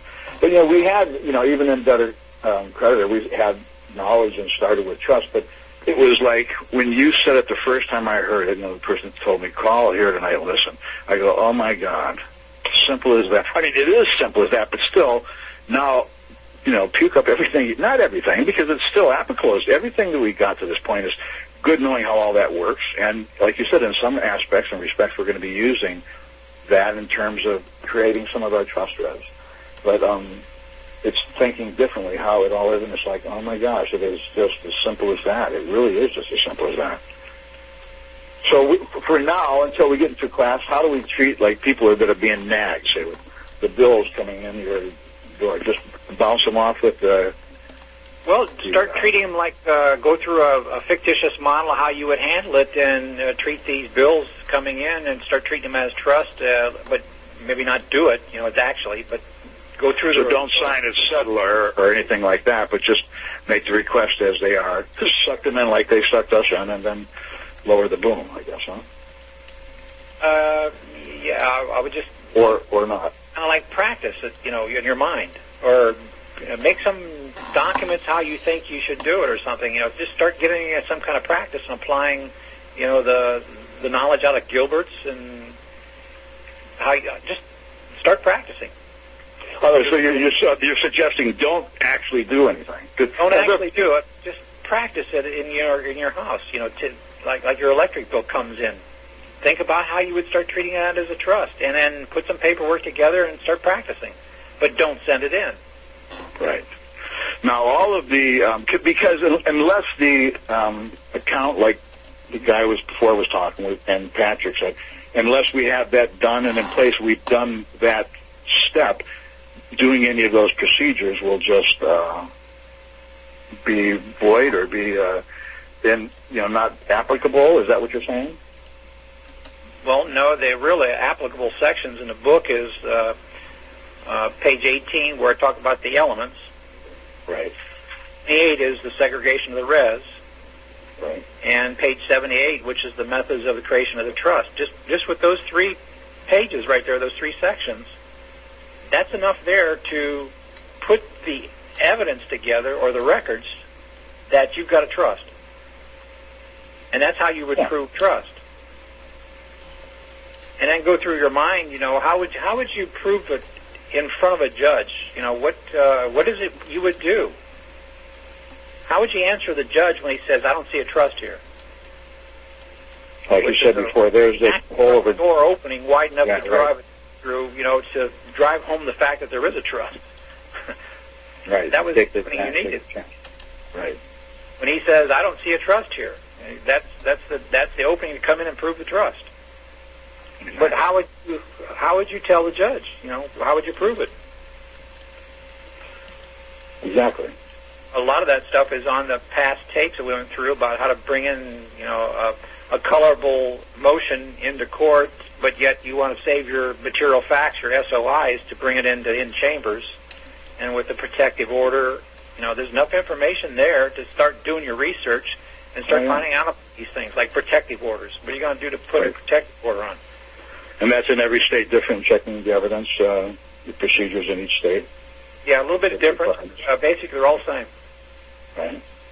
But even when you place a protective order and you don't necessarily submit everything into camera with that, and the stuff you hand bring in, requesting the hearing, correct? Yeah, because I got to get into equity. I got to get in chambers, because that's where equity. We're going to get around. Yeah, that's where my pre-1933 equity is. I got to get into chambers today. Right. Exactly. It's not the public side equity that they've confused to be statutes and codes today. It's the pre-33 equity, and I got to get that in chambers.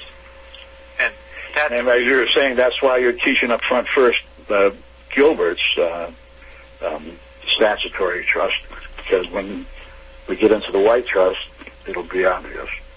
Yep. Like a baseball player swinging 3 bats on circle, and the basketball players wearing the weights around their ankles, and then when you go up to the other, it'll be like walking in front.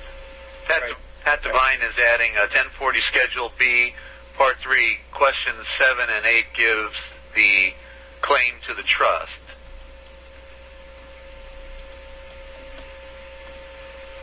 That's what you add with your filing of taxes. So the Schedule B, right, for 1099.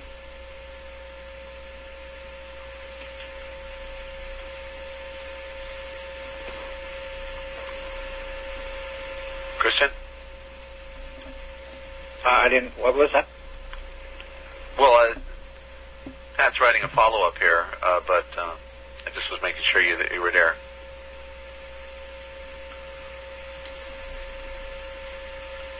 Are you researching?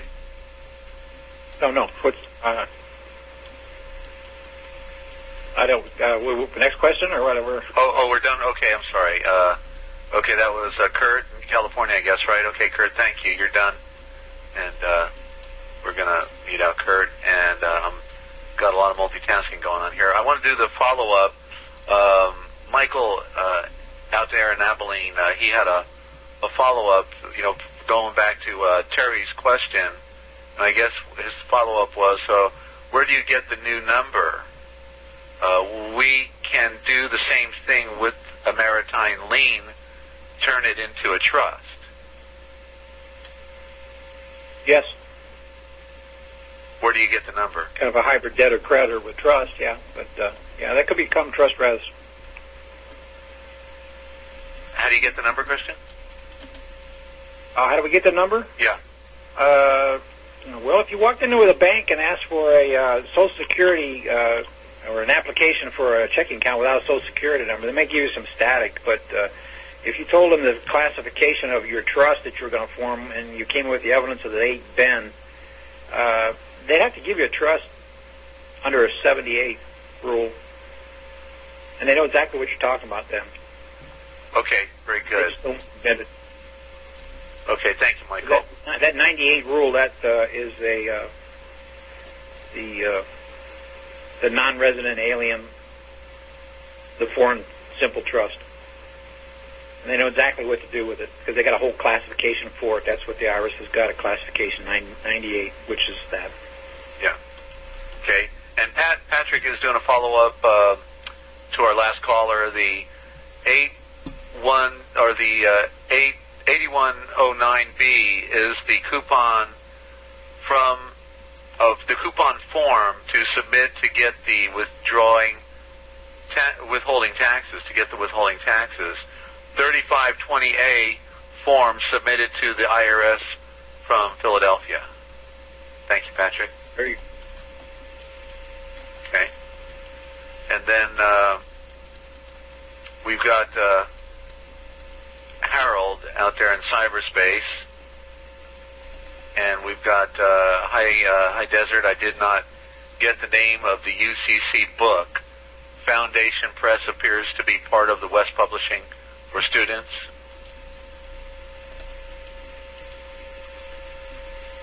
Do you remember what UCC book that's you were referring to there, Christian? that was that debtor-creditor relationship that contained also the UCC. Okay. So the name of the book is again? I believe it's debtor-creditor. Okay. Okay. Christian, do me a favor. You're still kind of low. Hit 6 about 5 more times, please. I want to get you up. I can't seem to boost you more. Okay. And Harold, thank you. And welcome to the program here. And glad to take your Skype. And then one more follow-up note from Patrick. 3520A form. Oh, no. Wait a minute. I saw his pencil going. Now nothing came up. Oh, there it is. Okay. The way I'll back up a minute. He didn't finish his thought here. 3520A form submitted to the IRS from Philadelphia to get the new EIN. Okay? Okay, there you go. Yeah, there you go. Thank you, Patrick. And then we've got one more Skype here. JC, he's not been able to do his star 5. So I'm going to bring JC on since his star 5 wasn't working. JC in Arizona, you're good to go. Welcome to the call. Hi, thank you, Desert. Thank you, Christian. You bet. Hey, Trusted Ambassador, how are you doing? I'm good, thanks. So, back to the lady's first question. When you're talking about going in on the colorable side, one nice thing I like about the trust process is that, you can use the rule of signatures and you can stay colorable without having to go into the debtor-creditor side and expressing yourself as a third-party intervener, a real party in interest, and all that stuff. Just simply sign as the grantor on the document, and then you can just have the as a petitioner, plaintiff, or defendant, or whatever you turn out to be. But that's your expression of trust, and you can keep the court colorable without a bunch of other debtor-creditor patriot jargon that confuses the court. Right. Would you agree with that? Which is too much truth and sends you to a psych evaluation. Right. So that's just my feedback on that. And then there's I don't know if you read the chats on the Free American site, but there's a long piece on the idea that in 1999, 2003, the war debt was forgiven somehow, and I thought you could address that first, because then that'll be a follow-up to my other question. So the war debt was forgiven. Huh? Well, that'd be great. But I'm sure that there's probably other debts that we've incurred that are probably still in the past holding us back under a protective trust, discretionary trust. Okay, perfect. So it doesn't really matter if the war debt was forgiven or not. There's other debts that are outstanding out there, and that brings up the follow-up question. Creditor with the old bonds and the set-offs and stuff, that's created more debt. Right. And that's holding us because we've done all those in the past. So it doesn't make any difference what was really owed, whether it's the war debt or not the war debt. I'm just going to give a general order to close and settle the accounts. Do the discharge, order assist on one side, and the order to the set-off on the other side, and bring it all to a settlement. One thing we were talking about was making a special trust deposit out of certain items, and one of those actually was getting your statement of account, looking at your lifetime of labor, that debt that you've created, and then basically claiming and moving that title, giving it back to them, and making that a special trust deposit. But in your essentially your letter of instruction or your letter of command, you are claiming that is an element of your good faith to make payment on the rest of the debt. Because we talked, the first step is to acknowledge the debt and then notify them of your intent to make payment, correct? Mm-hmm. Right. Most people don't realize that every check that you write, every credit card that you used as a purchase, all the profit that you've made, every Federal Reserve note that you've tendered, that is all debt. That all goes on the debt side, multiplying the debt up as you add it all up.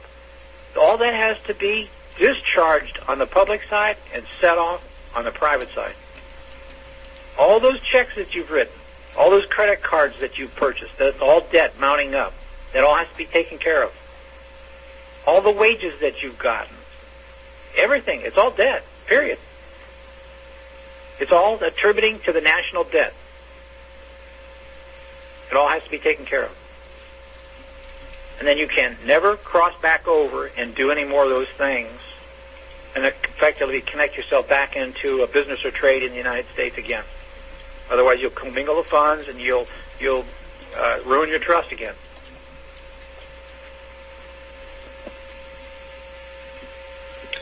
That was all I had. Thank you. Thanks, JC. Thank you, JC. Okay. And they're going to take our next caller. Looks like Ed in Virginia. Welcome to the call. Hi, guys. This is Ed. I'm in Virginia also. Ed, hit 6 about 4 times or 5 times, please. Boost your audio. Is that better? Hardly. I'm trying to boost it on this end. Try it again. Any better now? Yes, sir. You're good to go. Thank you. Okay. I'll just speak a little louder. Question on what, before I forget it, what was just said. Christian said we can't cross back over into that arena. I'm a little bit confused as to what that means. As we're not. What are we supposed to do as a medium of exchange if we're not writing checks or getting wages? Am I missing something there? Did I misunderstand? Yeah, on that 126 tape, 2010, it specifically talks about that.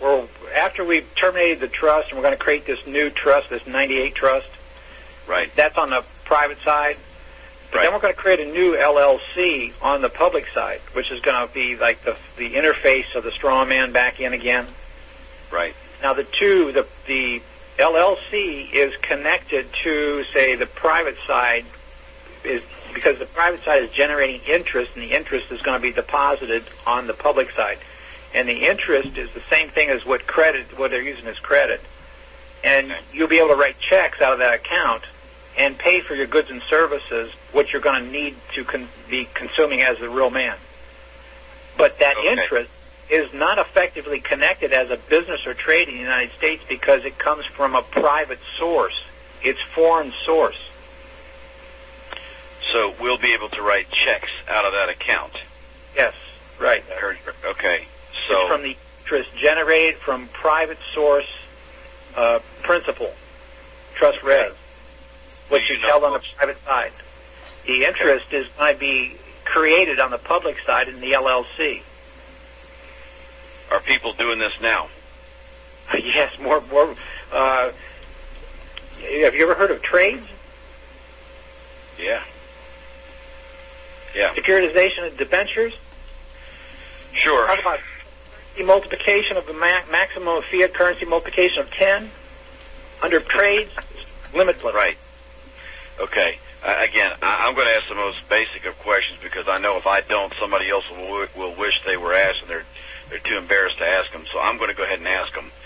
Yeah, well, with that interest, then you purchase like your grocery car, your stuff for your groceries, your gasoline, your cars, your houses, whatever you're going to consume. But then you can't ever do a business with that LLC. If you do, you're generating a profit, and that profit is going to connect you back into a trade or business in the United States again, and you just commingled your funds. Well, why would you need to if this is available to you? That's correct. Why would you need to? Right. Why would you want to? People are going to work every day, 95 to 99%, simply to put food on their table and pay mortgages they don't owe. Right. Right. So, okay. Now, question number. Oh, I have two more, and one of them is simple, and maybe the other one is as well. The times on your calls. I did not catch the times. Tuesday night and Wednesday night calls. The times for the Tuesday is 10 p.m. Eastern Time, and the Wednesday is 8 p.m. Eastern Time. Okay. I don't think you mentioned that, but maybe I missed it. Okay. Now, several weeks ago, or was last week, there was another gentleman talking about secured party creditor status. Okay. Is there some danger in that, in having come into that arena? Well, secured party creditor status is really debtor-creditor, and I'm not doing debtor-creditor. I'm doing trust, and trust doesn't talk about secured party creditor. Okay. Like apples and oranges. Okay. All right. Well, I mean, I've heard it. So but if you came from the debtor-creditor mindset, and that's all I've known, yeah, help me save my house. Yeah, and, I'm not saying you can't remedy under debtor-creditor, but it's limited. Right. I hear you, and that's been kind of the feeling I've gotten as I'm tracking this. It's a world of shifting sands, and that's probably it never made sense to me. One guy could have a remedy, I could copy his duplicate exactly what he did, and I don't get a remedy. What's going on here? You mean an example would be A for V? Yeah, except for value, right? Is that a good example? That is the example I would use, yeah. One guy gets a remedy, and I use it, I don't get a remedy. How come? Well, I think they spin the dice, and every 10th one gets through. It's only less than 10%. And why? And it wasn't until I came to Gilbert's and actually went under the section there we're talking about the spendthrift trust and protective trust and discretionary trust. And when I read that, I knew immediately why we didn't get a remedy. Because it's per the discretion of the bankruptcy trustee whether or not you get a remedy. Because so you're trying to protect you as a beneficiary from getting your assets, because as soon as you get your assets, the creditor's going to jump all over your assets. Right. They got a discretion. Well, they don't give you your remedy. They don't give you any money, because if they did, it would be seized right away. So now they got an excuse. They can say, well, I don't give you your set-off, your discharge. We're going to hold it back. We're going to give you a little benefit under Social Security just to keep you alive. All because you did know that it was a trust, and you could express the trust, which would have completed the purpose for the discretionary trust, because now you could have made the beneficiary solvent as being the trustee yourself. And then once the purpose ceased to exist for the protective trust, the discretionary trust, because you made an acknowledgement of the debt and you made an offer, or not an offer, an order for settlement, now the purpose for the trust terminates. And now you got the funds to make the payments. So it's like backwards. Everything's backwards. And that made beautiful sense why everybody's getting a 10% remedy. So if we come at them under trust, I think our remedy is going to be a whole lot different success rate. Mm-hmm. How come, why would you say, if you were to take a guess, and more people on the debtor-creditor side haven't discovered what you have discovered? Because like a nose ring in a bull, they're leading us down that path. Because we get a few successes, and we think, well, we'll just tweak our paperwork just a little bit better. We'll make this a little bit, we'll make this change. You know, and then, well, so-and-so had this success, and if I keep on going, maybe I'll have one too. No, I looked at that and said, hey, this doesn't make sense.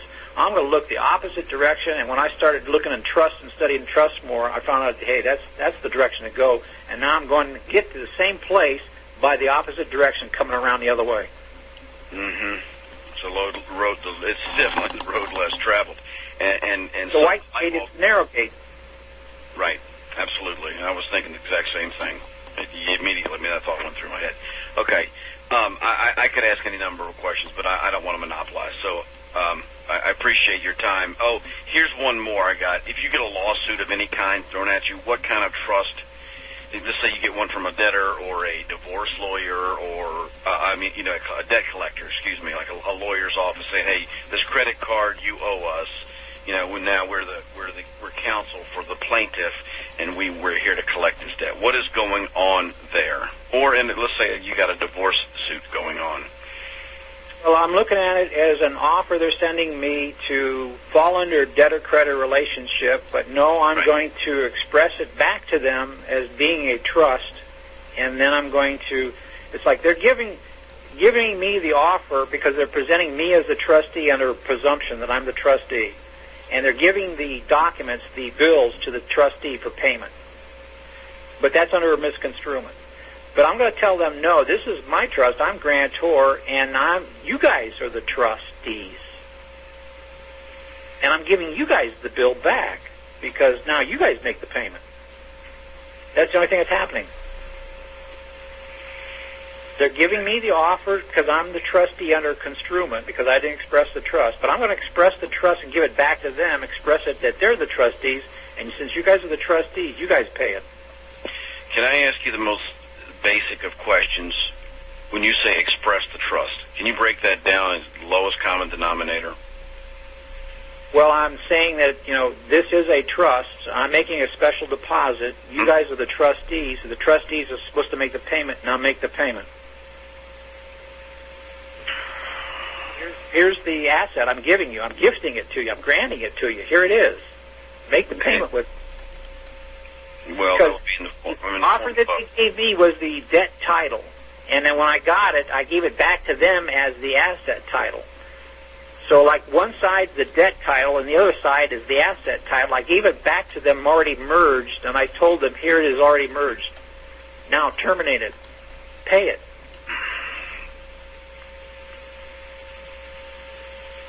Well, when you take the foreign national status, what does that do to anybody's ability to throw a lawsuit at you in the future? Well, once we terminate the main account, now I'm a new entity. They can't come at me under the old Strawman name. And if I got the 298 trust set up, then if I'm foreign, how are they going to reach me? They can't even find you. I don't think so. Not unless I commingle the LLC. Right. Well, we'll get into that further because I want to know what would possibly trap you. We've been caught in this spider. We got caught in it somehow to begin with, and I don't want to trade in one set. Predator is really commingling funds, as far as I'm concerned. But you see what I'm saying? You know, we don't want to. I want to go from one spider web to another. United makes you liable. Okay. How long a process is this to get all this accomplished? Is that a fair question? You know, about 120 days if we had all the paperwork ready. If you throw it in there, international's 120.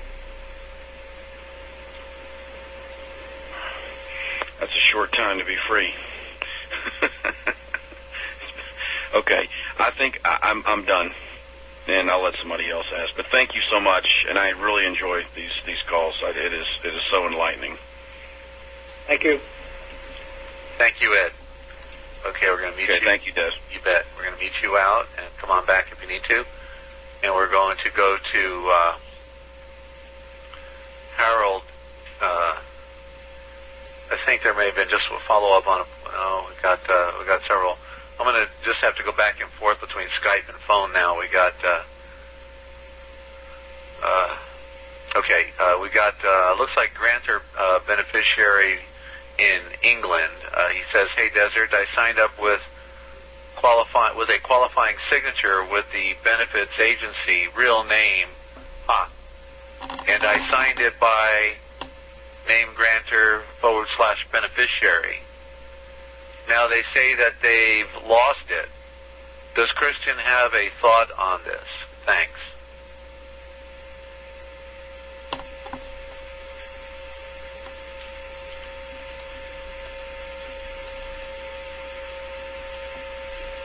Christian?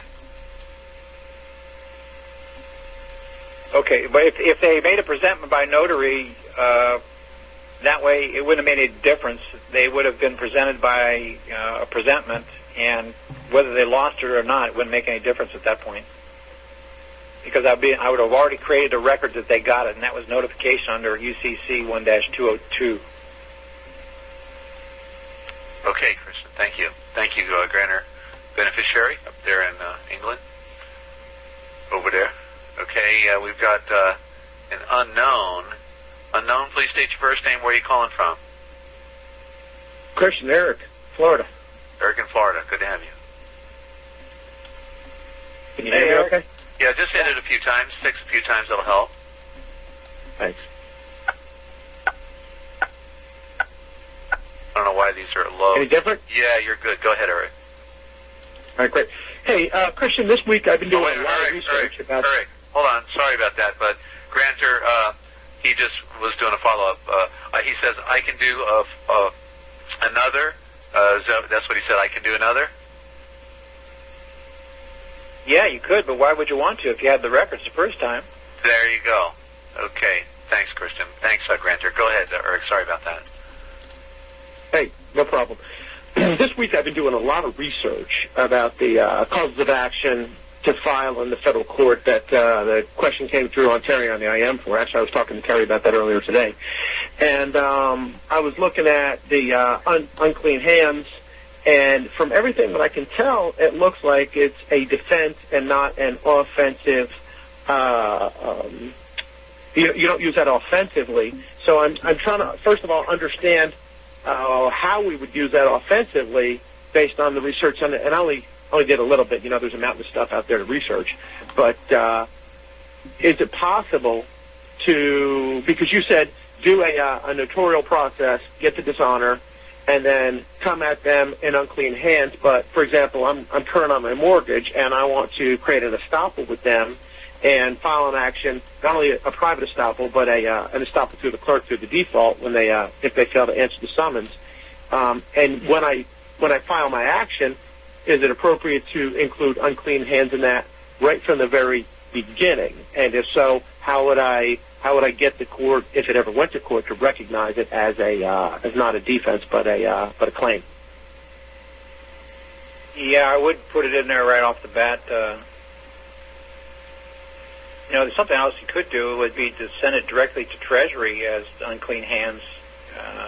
I realize most of the unclean hands and stuff is mainly for defense, but if you came out with them cause of action and came at them with an independent action, brought them into court, and said, hey, they're running through with a non-judicial foreclosure, they're actually creating an action, and that equity action that I would come at them with a counterclaim with, or a new claim, I think would, be the estoppel for that foreclosure. Get them thrown right out, because that way I can get that permanent injunction put on them, and not that with a temporary restraining order at least. Come back in with a permanent injunction after that. But then you could also come back in with the Treasury, like I was saying earlier, without an action. If you didn't have an action, they weren't foreclosing you or anything like that, if you had the time, just run it through Treasury. Trust. And what's the time frame on that? Time frame up the Treasury? Yeah. I don't know what they're operating under there. A couple weeks? 14 days, something like that? Okay, so completely, so file the cause of action with the Treasury, and will the Treasury do a summons on them? Is that what you're saying? It wouldn't be a cause of action with the Treasury. That would be, say, through the court, a cause of action. But, I mean, if they weren't coming at you on a mortgage foreclosure, say, in a non-judicial state, they were doing it through a trust. But I would have to come in on a judicial proceeding to create a counteraction to stop them. So I could come in with the unclean hands doctrine in order to use the temporary restraining order to freeze them from foreclosing in a non-judicial state. Well, Florida's judicial. Okay, but I'm just giving an example for a non-judicial state. I got you. If they were foreclosing in Florida, then I would have a court case, and I would use the unclean hands doctrine as a defense then. So I could see where either way, whether it's judicial state or non-judicial state, that doctrine on unclean hands plays an important part either way.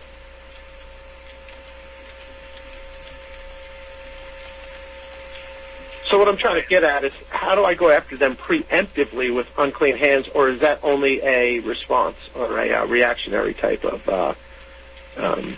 Well, I wouldn't go at them, say, preemptively with unclean hands, because they're not foreclosing on you, right?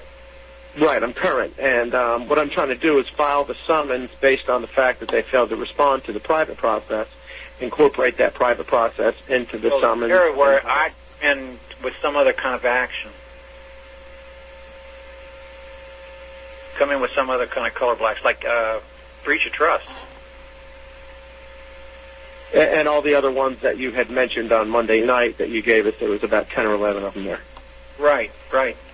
Okay. So that's what I really needed. That was my main question, was don't even apply unfair or unclean hands at this point. It's only if they file, because what I'm trying to do is get them into a position. Now, let's say that you came at them with a breach of trust, and now they came back with you with a counterclaim.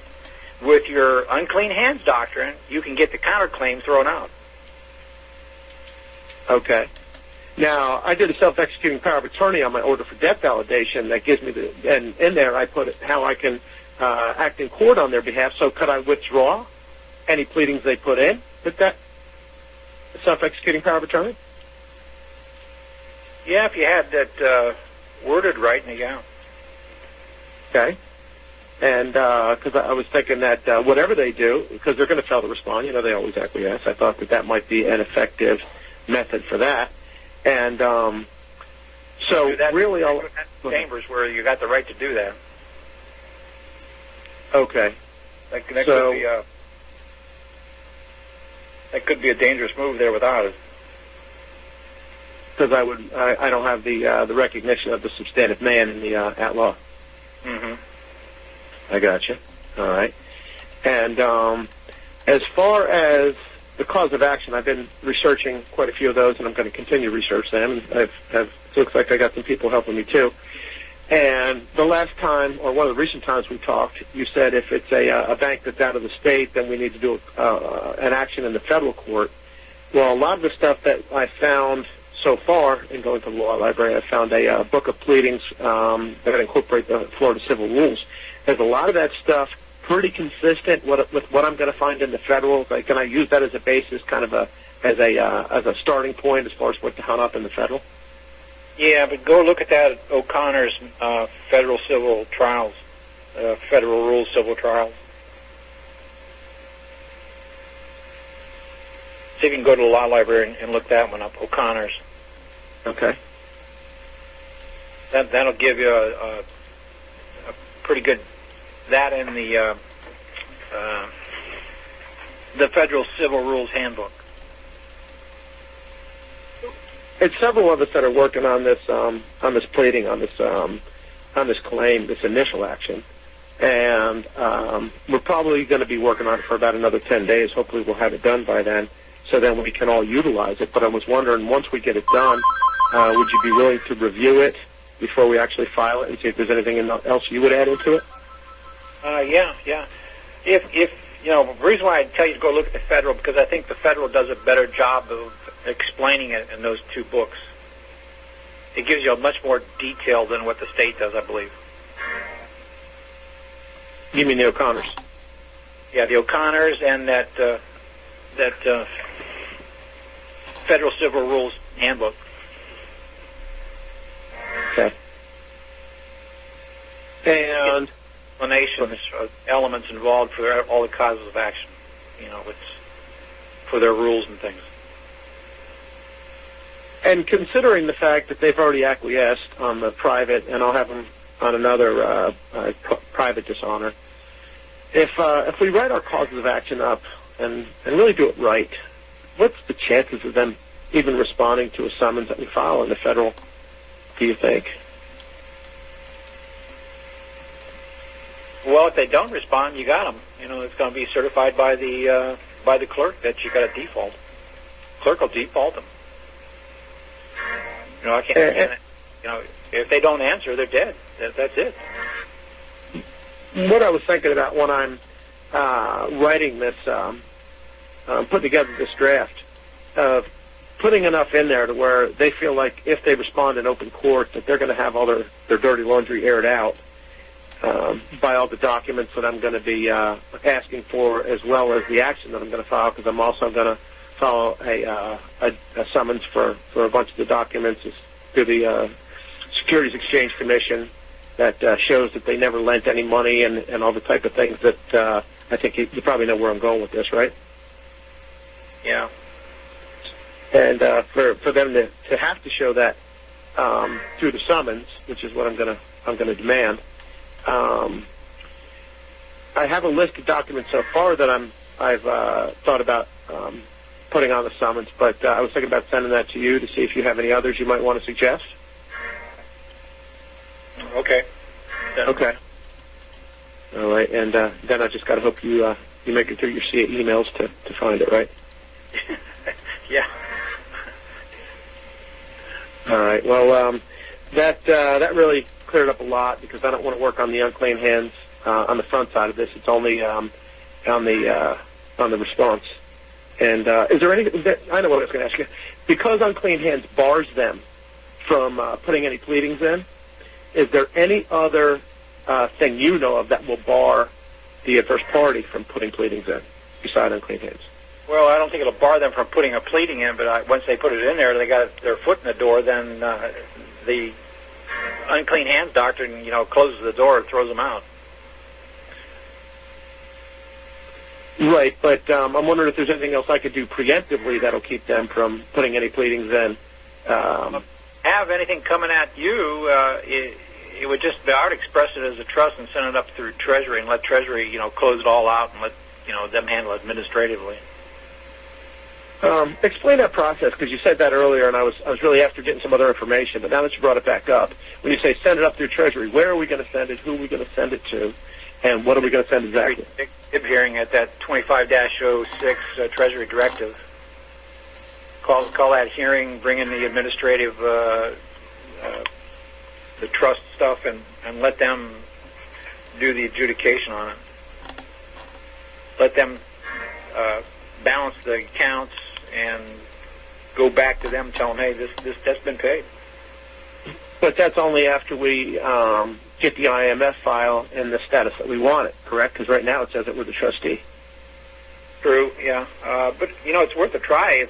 But, of course, you're not under any pressure, so that's the thing, If somebody was under some kind of pressure, maybe I want to try something anyway, because the chances are, I think, it would be a little greater that it had better success than the regular debtor-creditor stuff. But, without the correction of the individual master file, I don't think we're going to have, the high degree of success that we're really shooting for.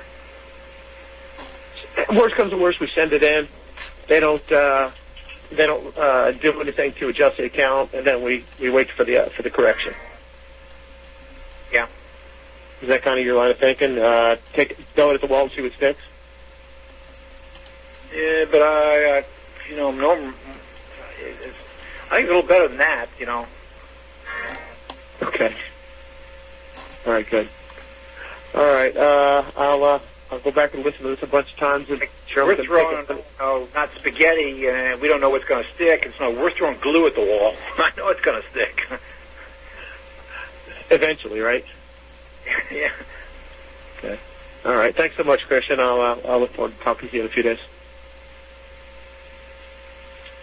Thanks, Desmond.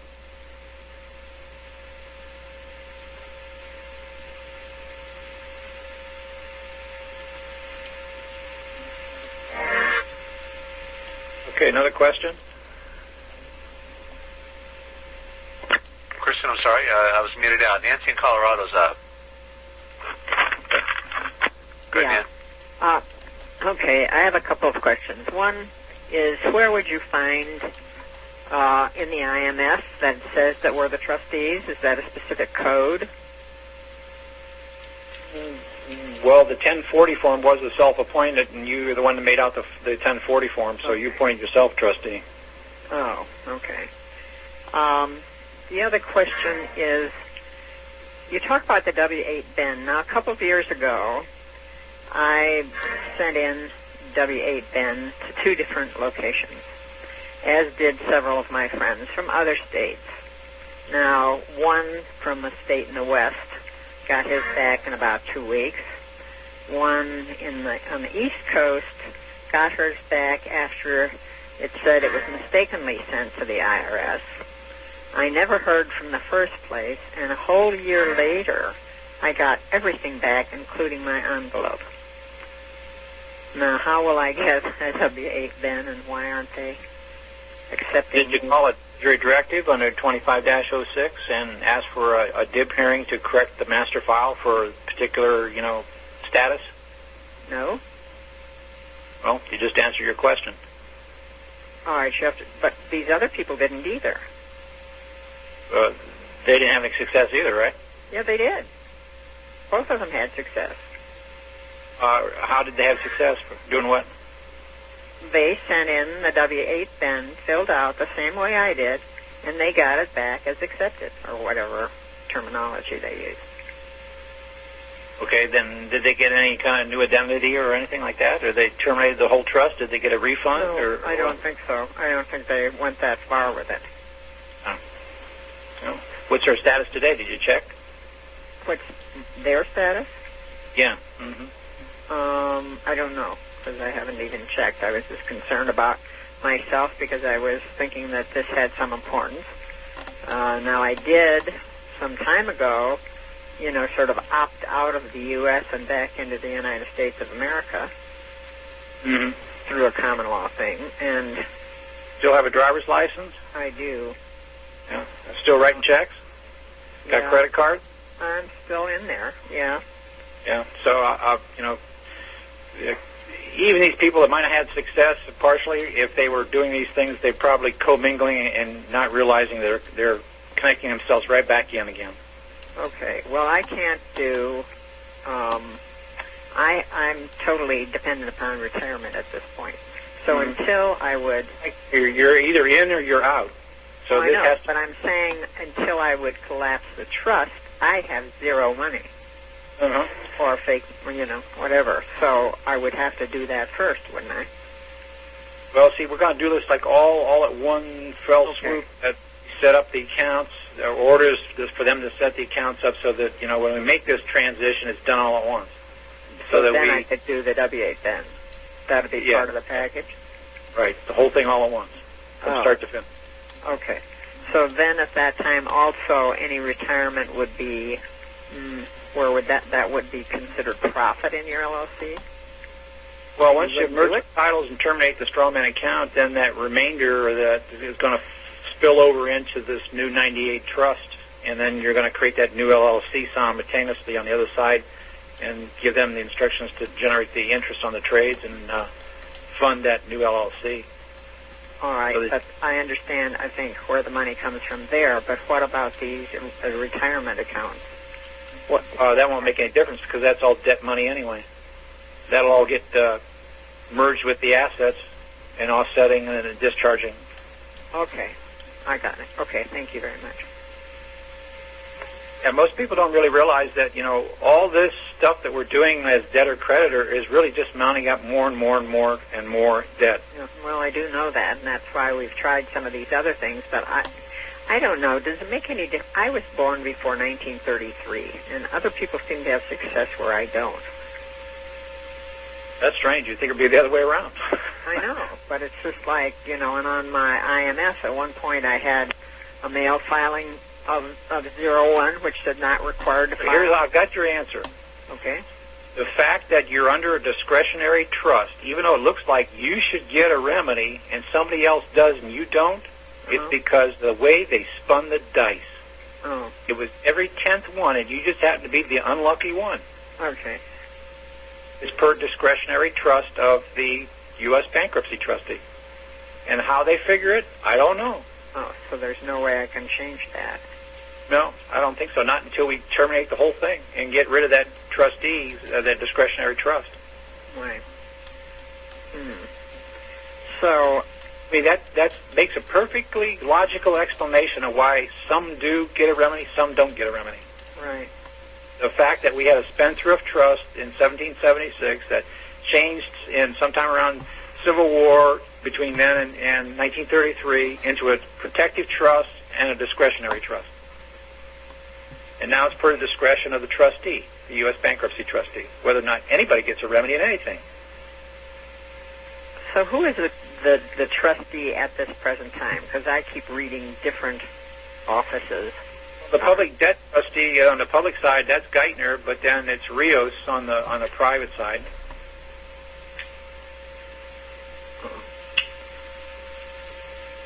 That's who I'm shooting for, Rios. Is he the what?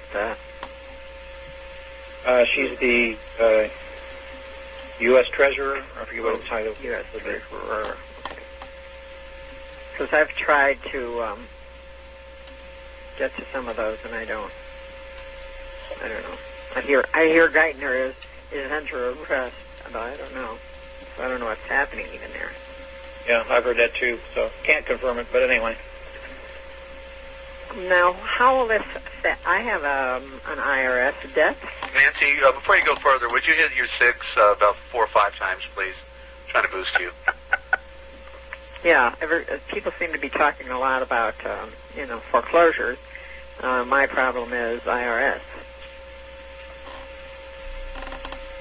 Same thing, same scenario, same trust. Same trust. And so you could prove unclean hands with them. I'm sure I can prove fraud.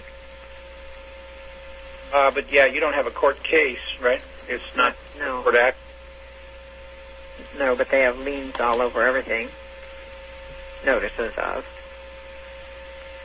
Well, I would just treat it like I was telling the other fellow there that, the offer they give me as trustee, I'm going to flip it since I'm the grantor and give it back to them as trustee. Well, they're not sending me. I mean, they've sort of like, I'm not getting those presentments anymore for some reason. Are they still coming at you, though? Well, as I say, they put liens on everything. And at this moment, they're taking, they're taking 80% of my retirement fund. Okay, so they are, Yeah, but I don't get action against you, yeah. paper from them. So I would have to somehow start my own or something. Or just take the existing liens, turn those liens into the trust res, and return it back to them as a special deposit. okay, so I could draw them out of the, let's say, the county recorder or wherever, get a certified copy, and turn those into something to return. Right. As a special deposit trust res. Okay, I'm not sure really how to do that. Well, again, we want to take one of the four methods of formation, and I'm going to particularly pick out number 2 again under the 2C, which is the assignment under UCC 3. Okay. And create those records that I can prove that I transferred trust res property to them, because remember, trust forms on a present transfer of trust property. And that UCC 3 becomes the notice that I transferred, of a past tense transfer of property, becomes a notice of that. And that's when the trust was formed. And as a special deposit, which was for the, by definition, under special deposit, which is also synonymous with the term trust deposit. And the definition under Black's Law 4th edition revised says where money or property is deposited to be kept intact and not commingled with other funds or property of the bank, and is to be returned in kind to the depositor or devoted to a particular purpose or requirement of depositor or payment of particular debts or obligations of depositor, also called special deposit. Yeah, and but I there's don't a case, understand. look it up. It's Morello versus Broadway Bank and Trust Company of Patterson, and that's 114 New Jersey Law 167 and 176A, 391 and 394. But this has nothing to do with the bank. It's got everything to do with trust, and trusts are Right. banks. Oh, trust. Okay. So you're using the word bank as trust. Or trust Yes, because it's bank. Morello versus Broadway Bank and Trust Company. Yeah. And that's a perfect example of when I was a kid that all the banks had trust and company name in their name. Yeah, well, me too. Yeah, you remember that. Oh, sure. Now today, none of them have any trust names in their wording, in their names. No, they don't. I wonder why. I don't know, but I'll tell you something funny. I looked at a bank when I lived in Chicago that was abandoned. It was for sale. It had then been a crematorium. So it became really dead. It was a Thank mortuary. Yeah. Mortgage. Maine. Oh, good thinking. Dead pledge. That's what your Right. mortgage is. Right. Okay. Well, I'm still not really clear about this. How can I best clarify it so I could put this into a letter or reverse? Well, you have Gilbert's law summaries. I don't. Well, All right, I can get it though. yeah, we'll get that. It's only like $28. Then check on page 18, which is the elements of the trust. Page 28, which is segregation of res, and page 78, methods of trust formation.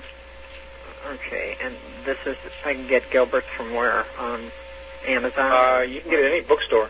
Any bookstore. Okay, I thought it was maybe from West or something. Okay, thank you very much. Mm-hmm. Thank you, Nancy. Okay. And we've got Michael out there in Abilene and hanging on real hard to do a follow-up on when we were talking about how you get the trust number, Christian. And he said he's already got the number.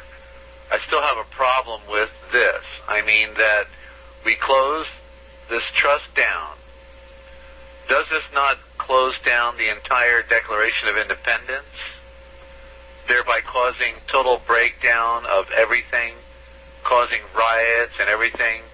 Because we are become co-trust of the main trust. Do we not have an obligation of our fellow brother, why would we not add to the D, I guess for deficit, of I to protect our brother? Because I understand we have a private trust, but does not this tie into the main trust? It seems You've got to look at the private trust is really the Republic. And we need to bring the Republic back because it's being held in trust along with your equity, your common law, your Republic, all your assets. Everything that's real and substantive is being held in trust. He continues. And when we got to merge the title, and when we terminate that trust, then the dividing line of the assets being held in trust get dispersed and come back out into the public. Okay.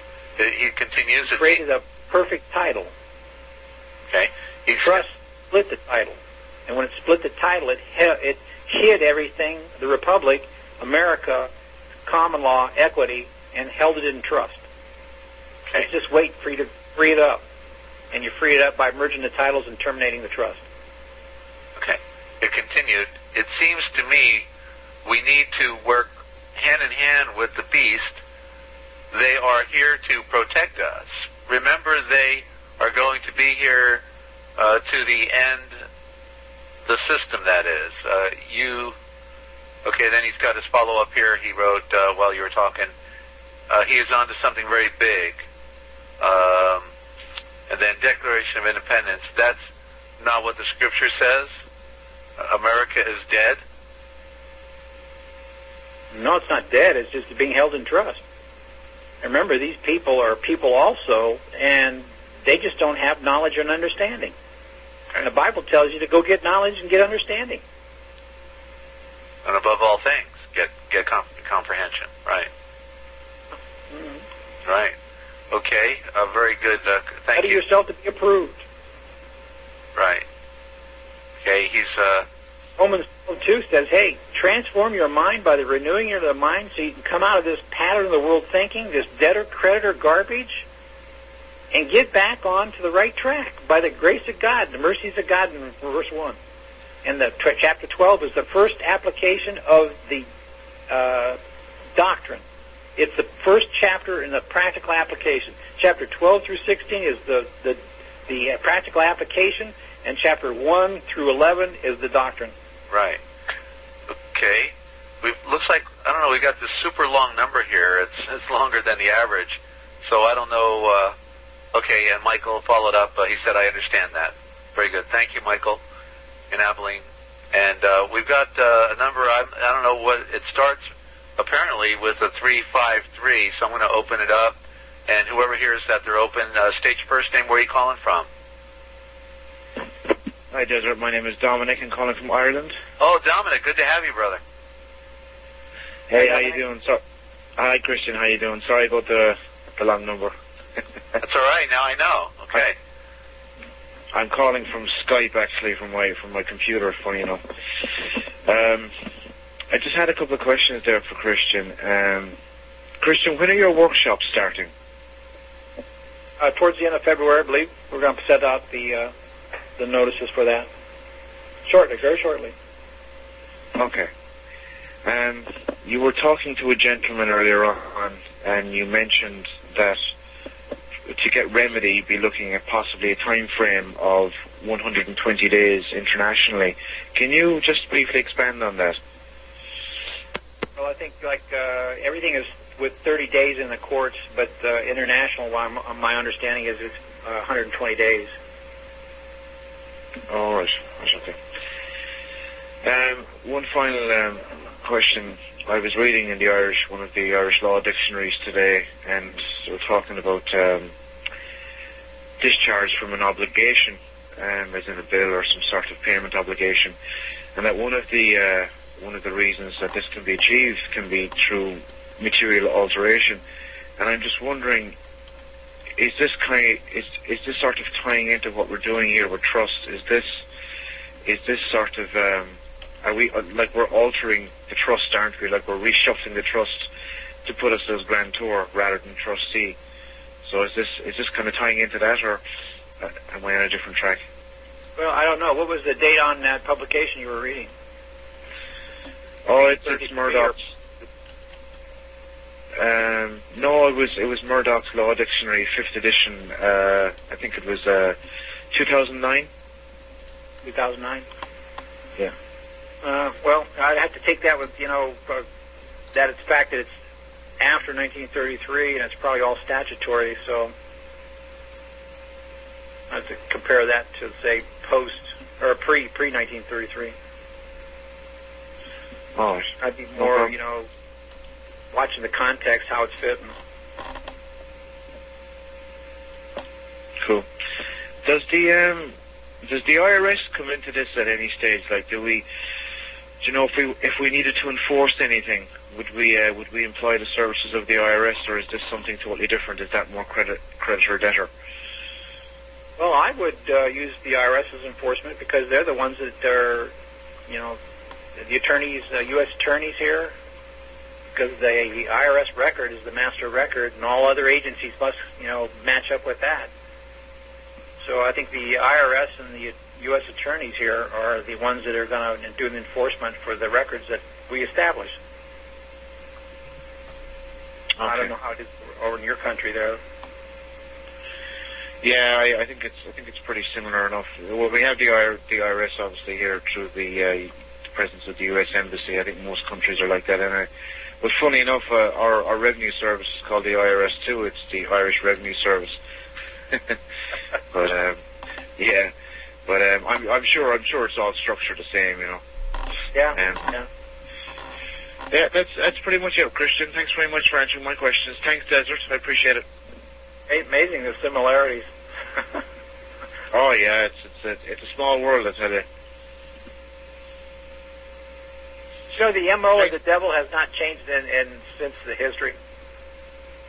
It's been the same MO. He tries to tempt you to accept something that from him that you already own.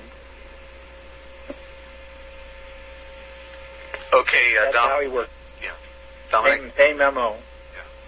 Thank you, Dominic, in Ireland. And Dominic and I and his friends out there are talking about doing a program to get the European perspective on our network. So that'll be a lot of fun to do. A great group of people over there tuning in to Christian Walters right here every Saturday. And welcome to all of our new listeners out there across the big water in England and in Europe, wherever you are, and all of our new listeners here in North America or wherever you are around the world. Welcome to the RealPublicRadio.net, where we get you back in Kansas. We're not talking about the illusions or delusions. The flood. The flood is the deluge. We're talking about the reality. They say it's law, but there is no law. They say there's money, but there is no money. But it is about commerce, and it's the power of the pen. The pen was never more powerful when you understood the truth of what's going on. And Christian is setting the record straight here, and we find out that the commercial game is pretty well universal around the world. And so glad to have everybody. And please tell your friends about the broadcast. Now we've got another question here on Skype, and it's, I guess it's looking like Harold again. Okay, Harold, he just has a victory to report. In a case I have been working on in Ohio, initially I had the guy to deny the signature on the note, which was done. The court ordered the plaintiff to produce the original note. I prepared the guy for what to look for, mainly the indentation on the back of the paper, or the indentation on the back of the paper, and look for endorsements. At the hearing, they produced a high-quality scan, but the defendant objected, saying it was not his note. The magistrate and the lawyer declared it was the original. I put in a motion to dismiss. I employed a four-way approach. One, I expressed the trust, revoked the power of attorney, and signatures on all of the documents to terminate the trust. Two, in the event the court did not want to acknowledge the trust orders of the defendant, I objected to the magistrate's determination on the note via the rules of evidence, totally destroying his position. 3, use the MERS argument I have developed to that no lawyer for a plaintiff has been able to answer. 4, negative averments. I told the guy that they would not answer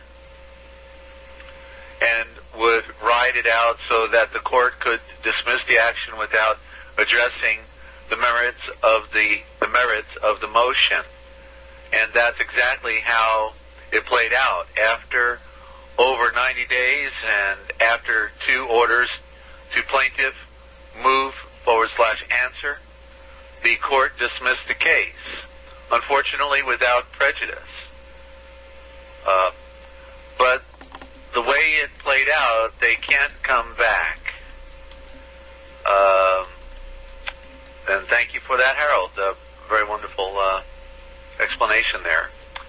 And so we have a next caller is area code 641.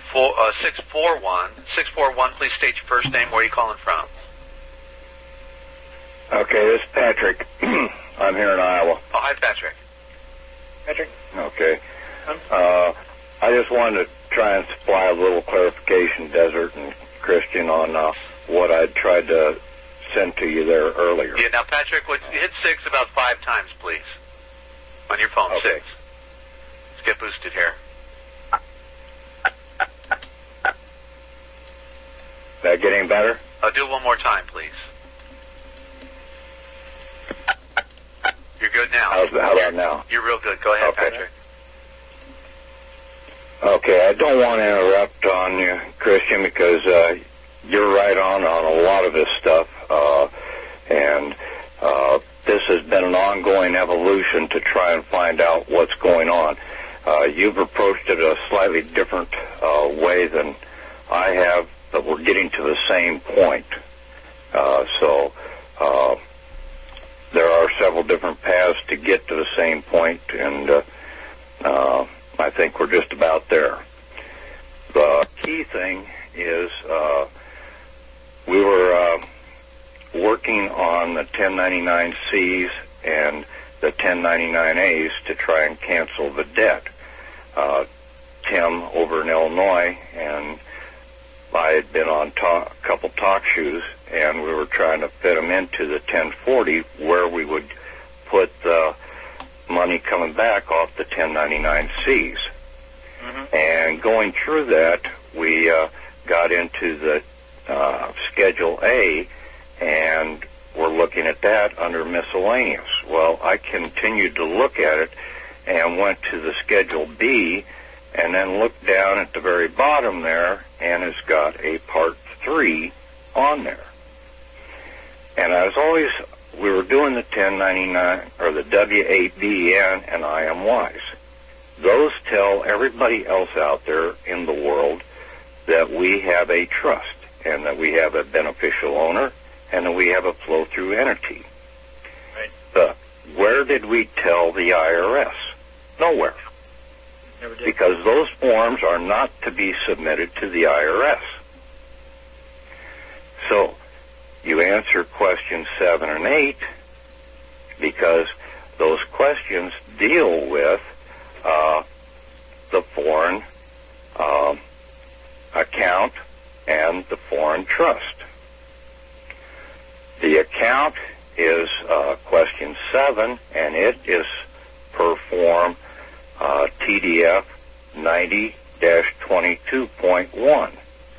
That is for your Federal Reserve Bank account and all your other local bank accounts, because all those local bank accounts are foreign to you.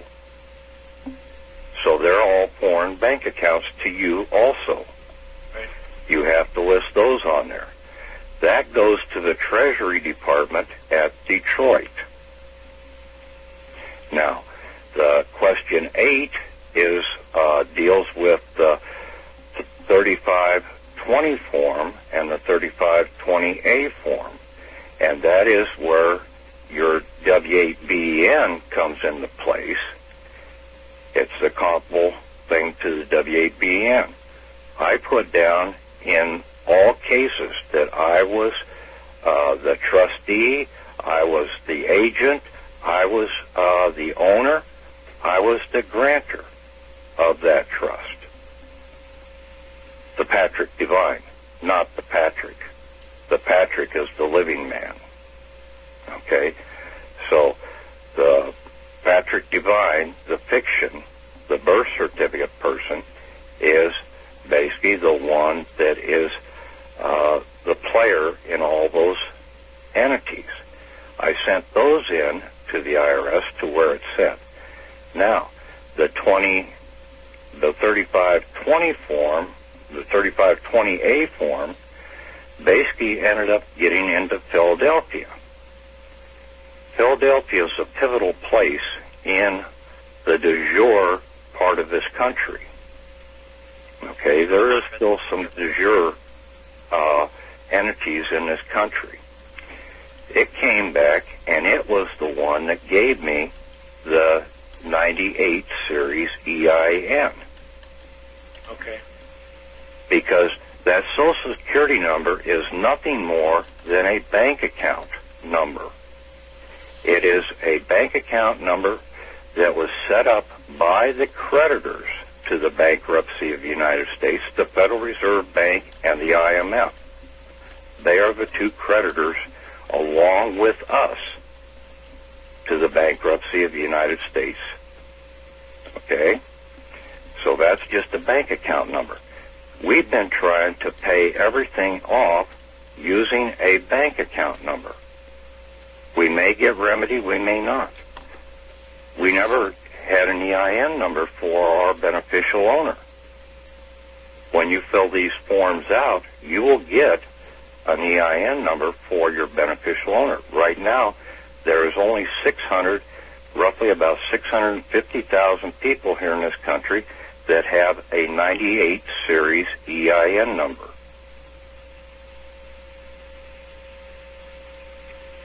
Not that many compared to the 300 million that are in this country. So that is what that EIN number is for, and it's an employer identification number. Now, an employer is the one who pays the bills. Does he not? He'd be the trustee, yeah. Yeah. He is. So you need to have an EIN number to be able to pay the bill. So that's what we now get with that. Then we have identified the trust to the IRS, we have laid claim to it, and now we can start using our process. And we will, like you said before there, we will use the non-negotiable money orders, not the negotiable. The negotiable ones are for the public. We're in the private. And if you do a non-negotiable money order, you do not put without recourse on there or without prejudice. You don't need that on your money orders, on your private money orders. Those are only for negotiable instruments. So that's, and then the 8109B form is a coupon submittal into federal tax deposit coupon. And basically all these people out there are our employees because they have borrowed credit from our account. So what we got to do is take the money out of our account and cancel out that credit that they have out there. We have to pay the debts. Merge the just title. like, huh? Merge the title. Yeah, and get the titles back. Yeah, merge them back. And basically that takes, and it also cancels out the debt because everything is the opposite after we go through the looking glass. It's credit on one side, but it's debt on another side. Even though it's, yeah, they're playing mind games with us. But, and that's why, in some cases, I don't know for sure why some people get remedy. Maybe some people have that EIN number, and they just take it for granted that everybody has gone through that. The thing that people have to start doing is not just relying upon you, Christian, me, or Chris, or some of these other guys that have been trying to do this and help out our fellow people and expect us to come up with all the answers. Get off your butt and start reading some of this stuff. Okay? Yeah, you gotta I'm getting burned out. I'm getting burned out a lot with this.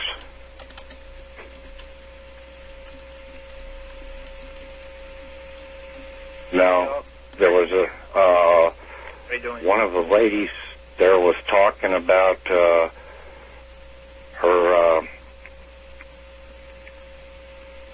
well, the thing is, you need to get in there and claim the trust. The bottom line. Stay out of court. Don't even get into court.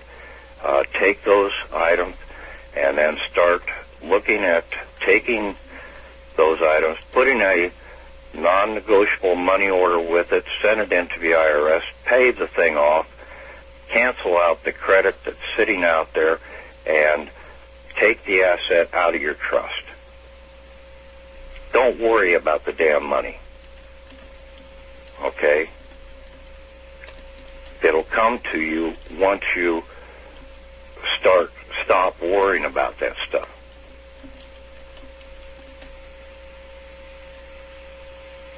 Yeah, you got to do the opposite of what you think. Yeah. Now, I submitted my stuff in. This is just a word of warning. On the 1st of February, I sent my paperwork and everything into the Treasurer of the United States, okay, as the creditor to the bankruptcy of the United States. When I checked it today, they still haven't gotten it. Of course, I know the East Coast over there is snowbound and everything, but I'd sent some stuff into the IRS out there, and it took almost 2 weeks to get through their system of checking everything out to see that nobody's sending them any bad stuff or anything like that, metal and you name it. They're a paranoid outfit. I sent something up to the IRS here in my local state last week on Friday. They had it Monday. So, be up front, they wouldn't have to worry. Yeah. Washington, D.C. is just a different animal altogether, so you have to cut them a little slack.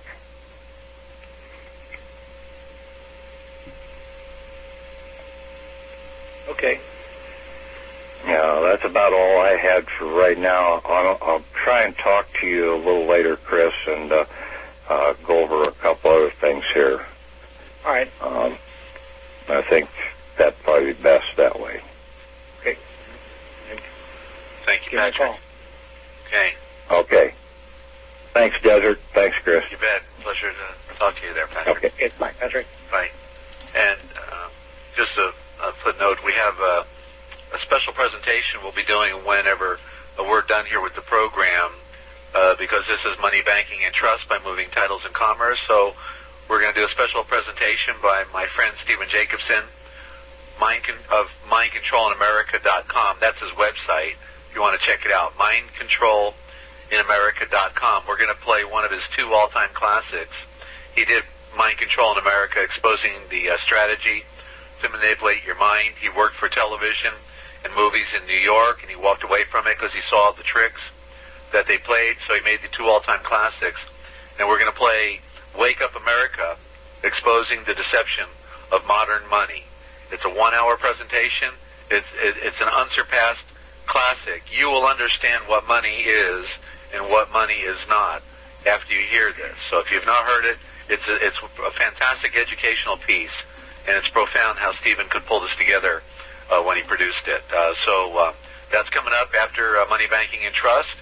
And Christian, we have another follow-up with Terry in Louisiana, and he continues, why would the IRS care about giving us access to our assets in the debts if the debts are so much larger than any debts we could possibly have ever? Let me restate that. Why would the IRS care about giving us access to our assets if they are so much larger than any debts that we could ever possibly have? I don't really think that they do care. The only thing that they care about is the transfer of debt from one account to another, which they can tax. And this is not taxable.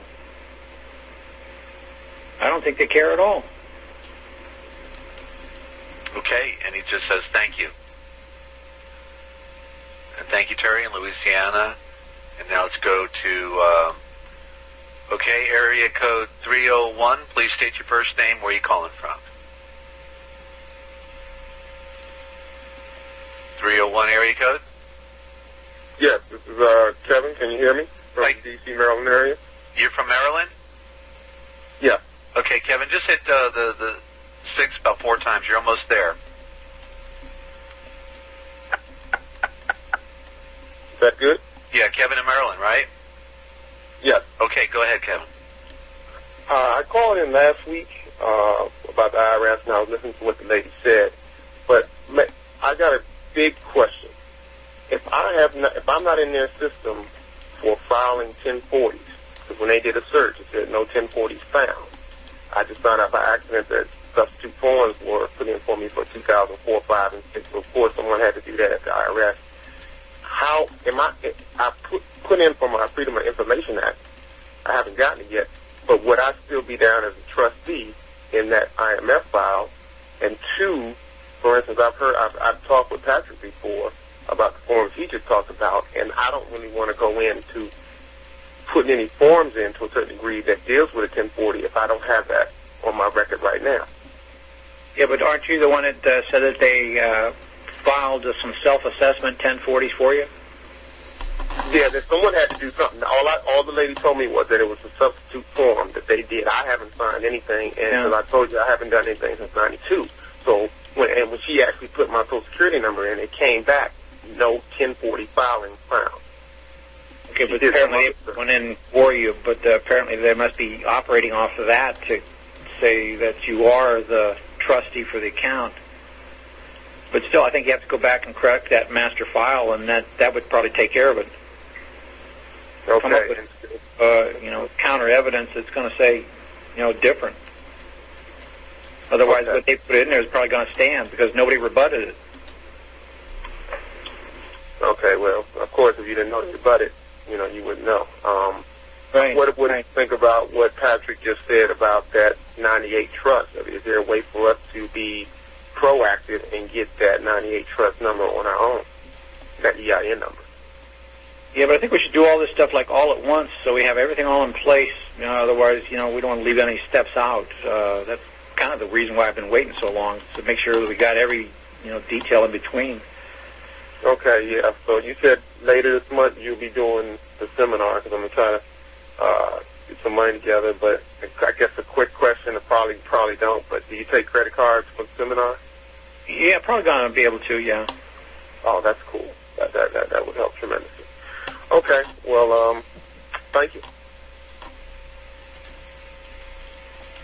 Okay, thank you, Kevin. And let me meet you out. And we've got a follow-up with JC in Arizona on Skype.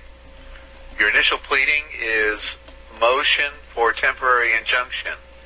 In the memorandum of law and affidavit, your alleged unclean hands and other breaches of trust.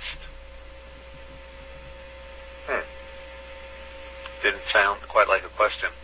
Maybe it's more of a I was statement. going to say the same thing. Yeah, more of a statement. Okay, your initial pleading, motion for temporary injunction in the memorandum of law and affidavit, your alleged unclean hands and other breaches of trust. I see his pencil. That was for Eric an hour ago. Okay, okay. Thanks, JC.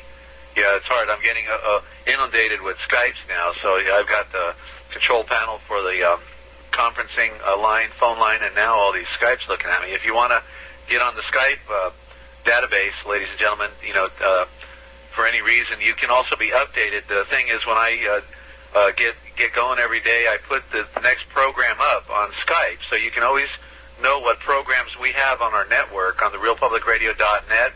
If you have a Skype account and you're in our phone bank, then you're going to know what program is up in the day. Okay, so that's an advantage if you want to be notified. Okay, so I'll be glad to take your Skype. It's Free America Radio, one word.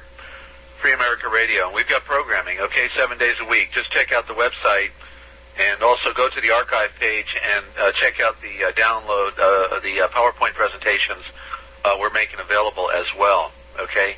And, we're going to take the next call, and, well, this multitasking is a lot of fun, I got to tell you. Okay, here we go. We got Jim in Kansas. Good to have you, Jim.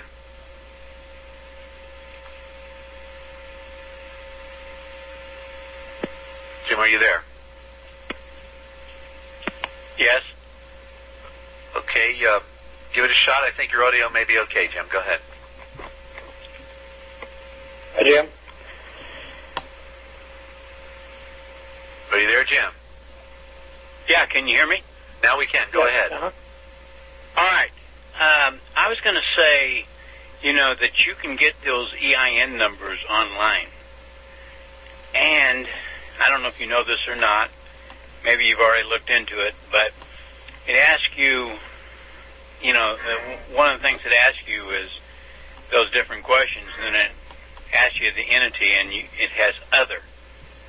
And so you check that box, and then you can put in trust. And so why would you go foreign entity when you could, go in there and create it as a trust? Well, on the W8 Ben, I think it's Block 3, you have about 8 different classifications. You got to fill out one of those, and the one I'm gearing it towards is Foreign Simple Trust. As I can see through all the instructions, it looks like that seems to be the best one. I was leaning towards the Foreign Grantor Trust, but I found out that there was fewer than 5 grantors on the trust. You had to have an EIN number, so I thought that would connect you back in. And the only one that doesn't require an EIN number would be the Foreign Simple Trust. Well, no, I mean you'd still want an EIN number, but you just hit the check box, other, and then you write in there, and it opens up a box where you can write in there, and you put trust, and then. Yeah, if you had a public trust that you wanted to operate back in and notify it that it was, or an LLC, say. Mm-hmm. Right, and then the other thing is... The Real Live Man is, I'm looking at it, the Real Live Man is really the Foreign Simple Trust or the non-resident alien as a real man and, a real person. Or one of we the people, let's put it that way. Where the public entity is, the EIN face that you're going to have to interface back in to plug back in to be able to do commerce through the LLC. And identification of that entity. Mm-hmm.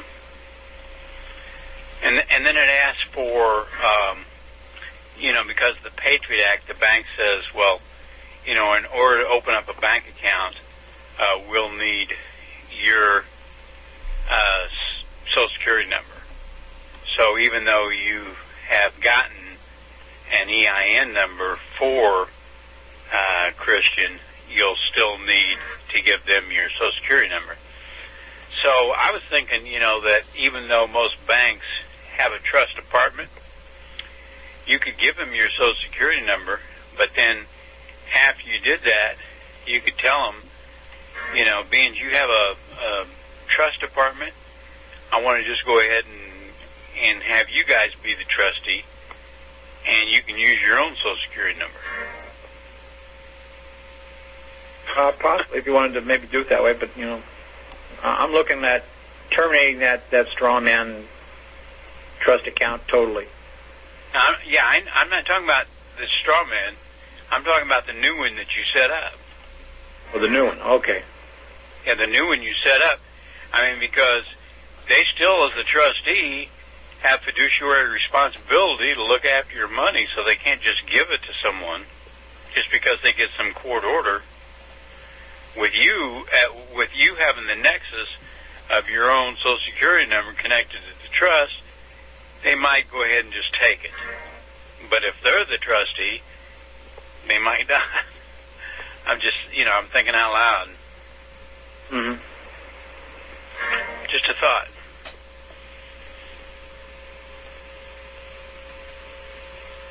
So you don't have to, you know, decide right now, but just, it was just my thinking on it because, you know, I did that for someone, set one up online and then mailed it to him and told him that I had appointed him as the new trustee, and they still wanted his Social Security number in order for him to be able to write checks on the account. Was the whole total account, the straw man account, terminated? No. All he was doing was setting up a common law trust. Yeah. He was doing this strictly to be able to put his vehicle in that, so that if he got stopped, you know, the vehicle would be in the name of a leasing company. Mm-hmm. Yeah. Yeah. That's what I was saying earlier on the show, that most everybody was using these protective trusts for protective measures, you know, but really, if you stop and think about it, all your assets are really in trust already.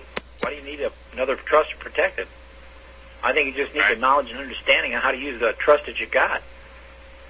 Right. Well, I agree.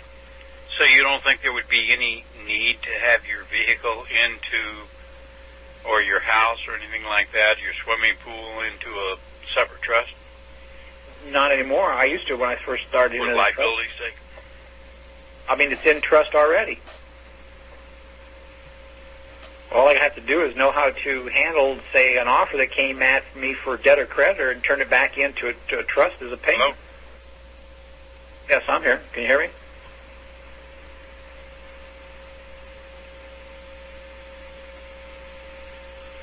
Still on?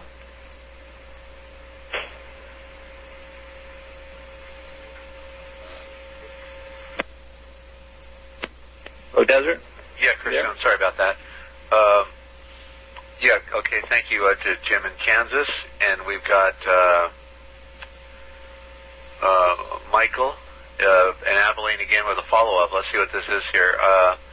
Okay, on the thing he was talking about with the Declaration of Independence, Christian, you know, and about, how did that come in there? Talking about the obligation of erasing the debt, concerned about the brother, and, you know, all that. It says, I understand that he does not understand what, I guess, REV for Revelations is saying. Keep to self. You're getting the big boys on now. Oh, yeah. You need to help. When is the show over? Okay.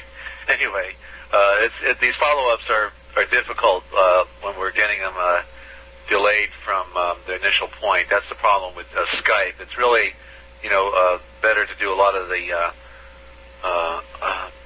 well, anyway, we're learning as we go here, everybody. Okay, thanks, Michael. Sorry about that. Okay, we're going to go with Dominic here. He had a follow-up back in Ireland. Can you ask Christian if we operate in the private by depositing private credit in our public LLCs? Would we not need to be commercially visible in the public anymore? Could someone... So let me stop. Let me answer this. We're not depositing from the private side into the public side. No, if you did, you'd be commingling. You can't do that. Whatever is generated has to be generated on the public side. It can't come from the private side. Okay. Whatever's interest is generated on the public side has to be sort of locked up in special deposit on the private side. But yet the two don't touch each other, don't commingle. Okay. So you can't transfer from one side to the other. That'd be commingling.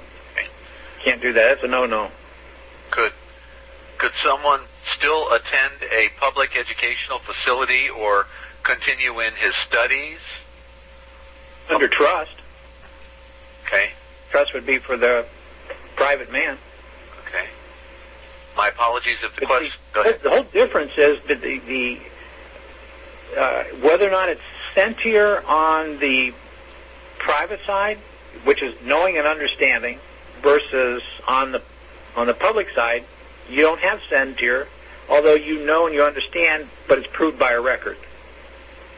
So if you are operating in the public with no knowledge and understanding what's going on, you are operating as the fiction, and you're the surety for the fiction. That no way out of it. You are connected. Okay. The only way to get out is to know and understand that you're not that party by knowing how to operate the trust. If you don't know how to operate the trust, you don't know and understand. You're operating as a fiction. If you don't express it being a trust, you're being construed under debtor creditor. And that makes you're playing the debtor creditor game. You're acting. And that therefore makes you truly mentally incompetent, as what they mean when they call you a client, huh? Yeah. Okay. And he says, my apologies if the question is basic. Thanks, Christian and Desert Dominic from the Emerald Island, place of fire. Okay, Dominic, thank you, bro. And get back with me on the programming, okay, with your guys over there. Let's see here. We got... It was a program I went over, I think it was maybe about 4, 5, 6 weeks ago. Look in the title there. It was talking about intent. The one about the show on intent. That's how I went into the scent here on private and public, how they're getting you by a record on the public side to indicate that you knew or understood and you really didn't. But that one show on intent, when I was talking about NTT and intent, check that one out. Okay. And Terry in Louisiana had a small follow-up blurb here. You can get an EIN for banking purposes only. Would that be in the public for the new trust? Well, everything is banking on the public side. It's all got to do with commerce. Commerce is banking. And commerce is debtor-creditor. Banking is debtor-creditor. It's all the same thing. Okay, thank you, Terry. So you need an EIN number. They got to identify you somehow. Okay. Got to have some kind of plug-in. Good. Some kind of interface. A straw man or a straw man entity of some kind. Okay. We've got 303 area code. State your first name. Where are you calling from? Excuse me. Lynn from Montana. Good to have you, Lynn. And I just wanted to make a comment. I recently did open a bank account with an EIN only, and when they asked for the Social Security number, I gave them a W-8 BEN, and I did not have to provide the Social Security number. All right. And that's all. Good. Thank you for that. You're welcome. How long have you been listening to us, Lynn? This is the first night I had talked to Patrick, and he suggested I get on, and so I've got quite a few pages of notes because I do tend to take notes when I listen to calls. I don't get every word, but I get a whole lot of them. So if you have a place you want me to send them, I'll be glad to do that. Are you saying you do a transcript? It's almost word for word, but sometimes sometimes people talk faster than I can type. So if I can't get something, I'll leave a blank. Yeah. people can read the notes and then have an idea if they need to go to the call and listen for the full detail. We'll love to have. Send it at movingtitles.com. I'll do that. Yeah, and you can get our email on our contact page, Lynn, and love to get a copy of that if you're going to do that every week for sure. Check out the download section there where the audios are there on the website, movingtitles.com. Go to the page, the audio downloads on the content page. There's about 41 others up there now, and I'll be putting the other ones for the rest of the year up there also. Yeah, one of the things people don't realize when you're transcribing, and especially if I go to archived calls, if a call lasts 3 hours, it usually takes me anywhere from 7 to 8 hours to transcribe because you're doing so much playback if you want to get word for word and accurate. So once, sometimes I do, if there's, like you said, look for that show from 126.10, I'll probably go look for that one. Yeah, that's a good one. Everybody seems to like that one because that spells it all out from A to Z. Yeah. So, but if you want to call it to my attention, just send me an email at lynn@lawlearners.net. Okay, great. How do you spell Lynn? And Lynn. And you know what? I do this all the time. It's either a .net or .org. I've got a couple of email addresses, and I'm always... .net or .org? Yeah, address it to lynn@lawlearners.net and .org, and I'll get it. I don't have it. Let me open that account real quick, and I'll make sure I've got the right. Right. The right one. And I'll get into the Skype. I was trying to do that, but you know how it is. We got to be able to chew gum and walk at the same time. That's right. Okay, lynn@lawlearners.org. .org. Okay, Lynn, thank you. Yeah, and our audio is available in the morning, starting in the morning, for a Skype file transfer. If you want to do a file transfer, I'd be glad to get it to you for any size donation, ladies and gentlemen. Okay. And we're struggling to get paid rent this month, so we sure could use the backup. And Lynn, good to have you. All right, thank you. Okay, take care. And okay, we're going to go to John in Indiana. Good to have you, John. Hello, Christian. Hey, John. I'm wondering about how to do, to travel international, Okay, John, hold on. Before you go any further, let's boost your audio. Hit 6 about 5 or 7 times.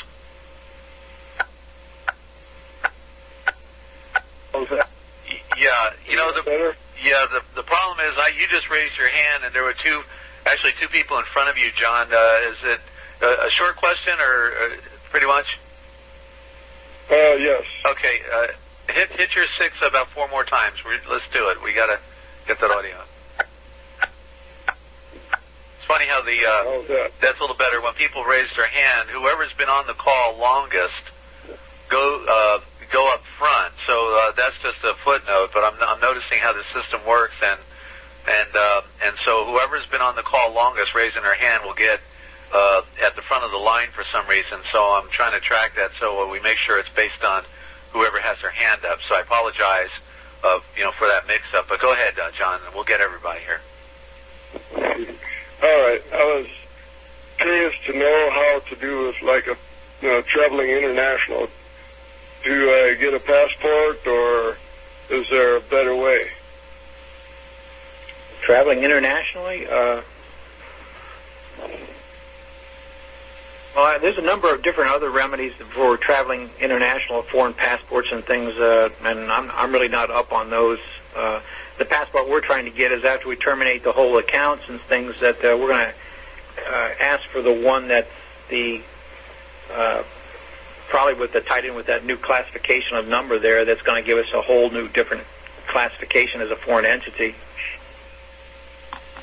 Right. I understand that new passport, that green one, I guess. Okay. Okay, thank you, John. Thank you. Okay. got Stephen in California.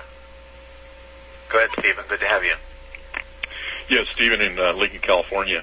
The last time I heard you guys, you were talking about having a meeting with the IRS about the div or the something changing your status on your master file. Can you explain that and what you? Yeah, that was a DIB. DIB. Okay. Yeah. Can you explain Data that? Integrity Board hearing. What is it called? DIB or DIBH. DIB hearing. DIB hearing. Yeah, that What was on does a DIB Treasury mean? Act 25-06. What does that mean? Is that just Well, the that's correct Treasury status? actually that calls a hearing in the IRS Treasury that you're going to bring in information in there that the record, the individual master file is wrong, and you're going to come in there at this DIB hearing and tell them this is the information that should be corrected. You're the only one that's on any information in that file, and you're going to point out the facts that there's misinformation in there. Is there a way for us to review it? Well, yeah, you could do a FOIA on that if you wanted to, but what we're going to do is we're going to terminate the whole account in one fell swoop, and just I don't really care what's in there. We're just going to merge the two debt titles with the asset titles signed, or the two titles being the one debt title and the asset with the asset titles being the two titles. That merging of the titles will terminate the account.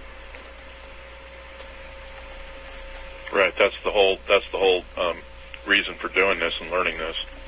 Right. Right. Okay. Go ahead. Thank you very much, and welcome. Take another caller, please. Okay, very good. Good to have you, Stephen. And I'll mute you out. And let's take area code 561. State your first name. Where are you calling from? If he did it. 561 area code. State your first name. Where are you calling from? Got a lot of background noise there. 561 area code. Yeah, I'm muted out. Okay, you didn't have a question? No, let me, I just wanted to say, isn't the Federal Reserve a trust? Is the Federal Reserve a trust? I think everything is a trust. Is that Frank? Yeah. Just mute me out, though. Yeah, you got a lot of background noise there. No, mute me out. Okay. Go on somebody. Right, Frank, thank you.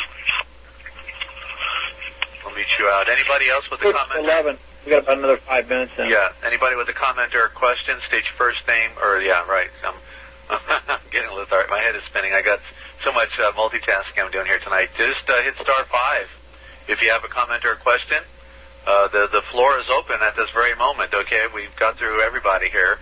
Okay, there we go. We got area code 615. State your first name. Where are you calling from?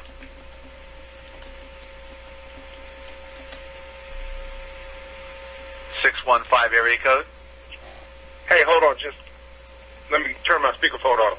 Yes, please do that. Hey, this is L in Nashville. How are you doing tonight? L, hit 6 about 5 times. That's EL for L? Yeah, or just the letter L. Okay. Okay. That's better, L. Thank you. Okay. Hey, I've got some questions real quick, Christian. And I've got them here on my PDF, which I'm talking on, so I'm just scrolling down to them. Hey, you were talking earlier. Well, first of all, I had found out about you from one of the buddies of mine. We have a study group. We meet every week, and we talk about interesting topics like the ones that I know that you're very familiar with. And I got a download. One of my group mates had downloaded that we listened to in group. It was a recording of yours from June the 13th of of last year. And my first question is, for us to get up to speed on your information, how far back do we need to go? Because I noticed that what you were talking about on June the 13th, you seem to have transitioned a lot up to this point. So at what point do I need to go back to the start for us to get thorough? Okay, well, NTT started that everything is on the website now is at movingtitles.com. Go there. We were transitioning up into it starting about October, so there are some October downloads there. And then the 1st of November, then I officially came out with NTT, so we kind of transitioned into it there. So anything that's, up there now from like October, especially starting in November and forward, is NTT debut. Okay, so with the new trust technology, with the older information, I know that what I listened to, you were talking about expressing the trust using A for V.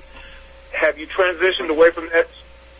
Yeah, I have. I found since we got into Gilbert's book where it shows in there that it's likened to except for value and return for value, but it's not. It's under trust. Okay. And it's like Gilbert's on page 127. Okay, so let's say a hypothetical situation. Let's say I'm on my job and I get some type of disciplinary review or some actions taken that I don't like, and I want to express the trust such that it would enable me to succeed in the situation. Basically, that would involve me saying, expressing the trust according to those elements that you pointed out in Gilbert's already. And I'm going to ask you to go back through them because I'm going to get Gilbert's. I'll get the recording at some later point. But I would have to, I guess, express the trust using those elements to them in writing under notary seal, on a notary presentation, and then attempt to get them in some type of dishonor and then use that to establish a record. Am I on the right track? Well, I don't have to establish a dishonor. All I have to do is establish a record to prove a trust.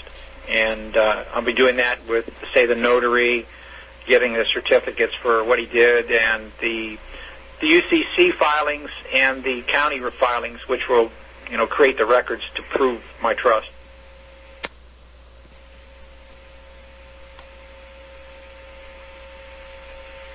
Kristen, are you there? Just got dropped off, I don't believe.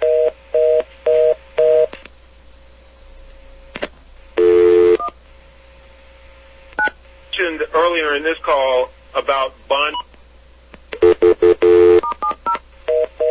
situation in an administrative review court or executive court.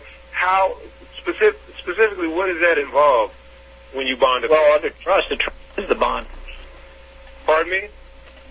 Under trust, the trust is the bond. The case is already bonded. Okay, but I guess I was thinking that you were saying that we needed to do something in addition to that to bond the case. So you're saying we just need to express the trust in some way to the judge?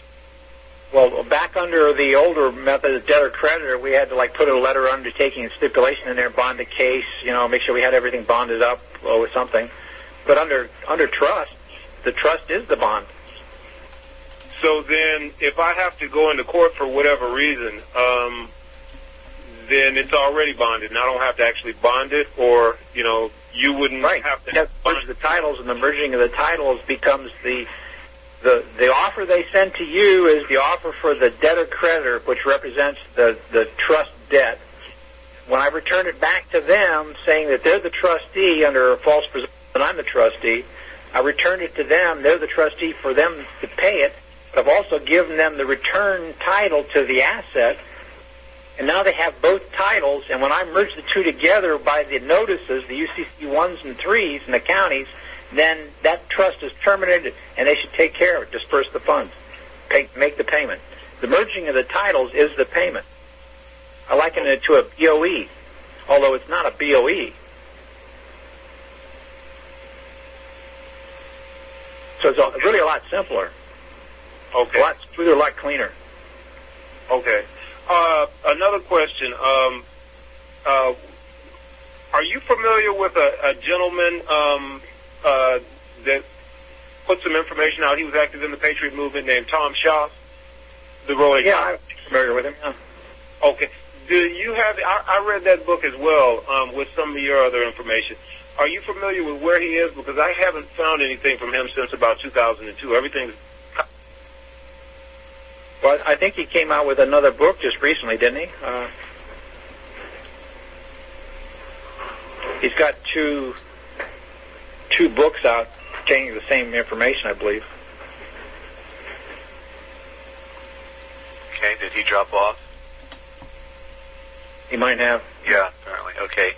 Next caller, we've got area code 61. Well, I think my battery's about ready to give out here. Okay. Christian, did you want to take the last one for sure? Okay. Well, let's 612 area code, first time caller. 612, what's your first name? Where are you calling from? Jose in Minneapolis. Indianapolis? Indianapolis? Yeah, Minneapolis, Minnesota. Oh, Minnesota. Okay, go ahead, Jose. Yeah. Good to have you.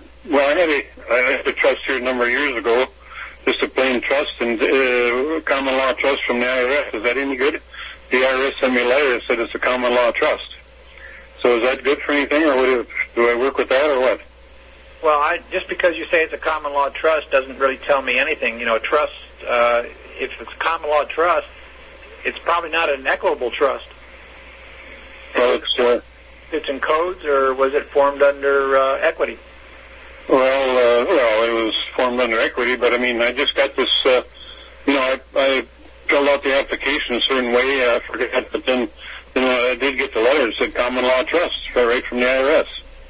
That's all it said, and then I got a number.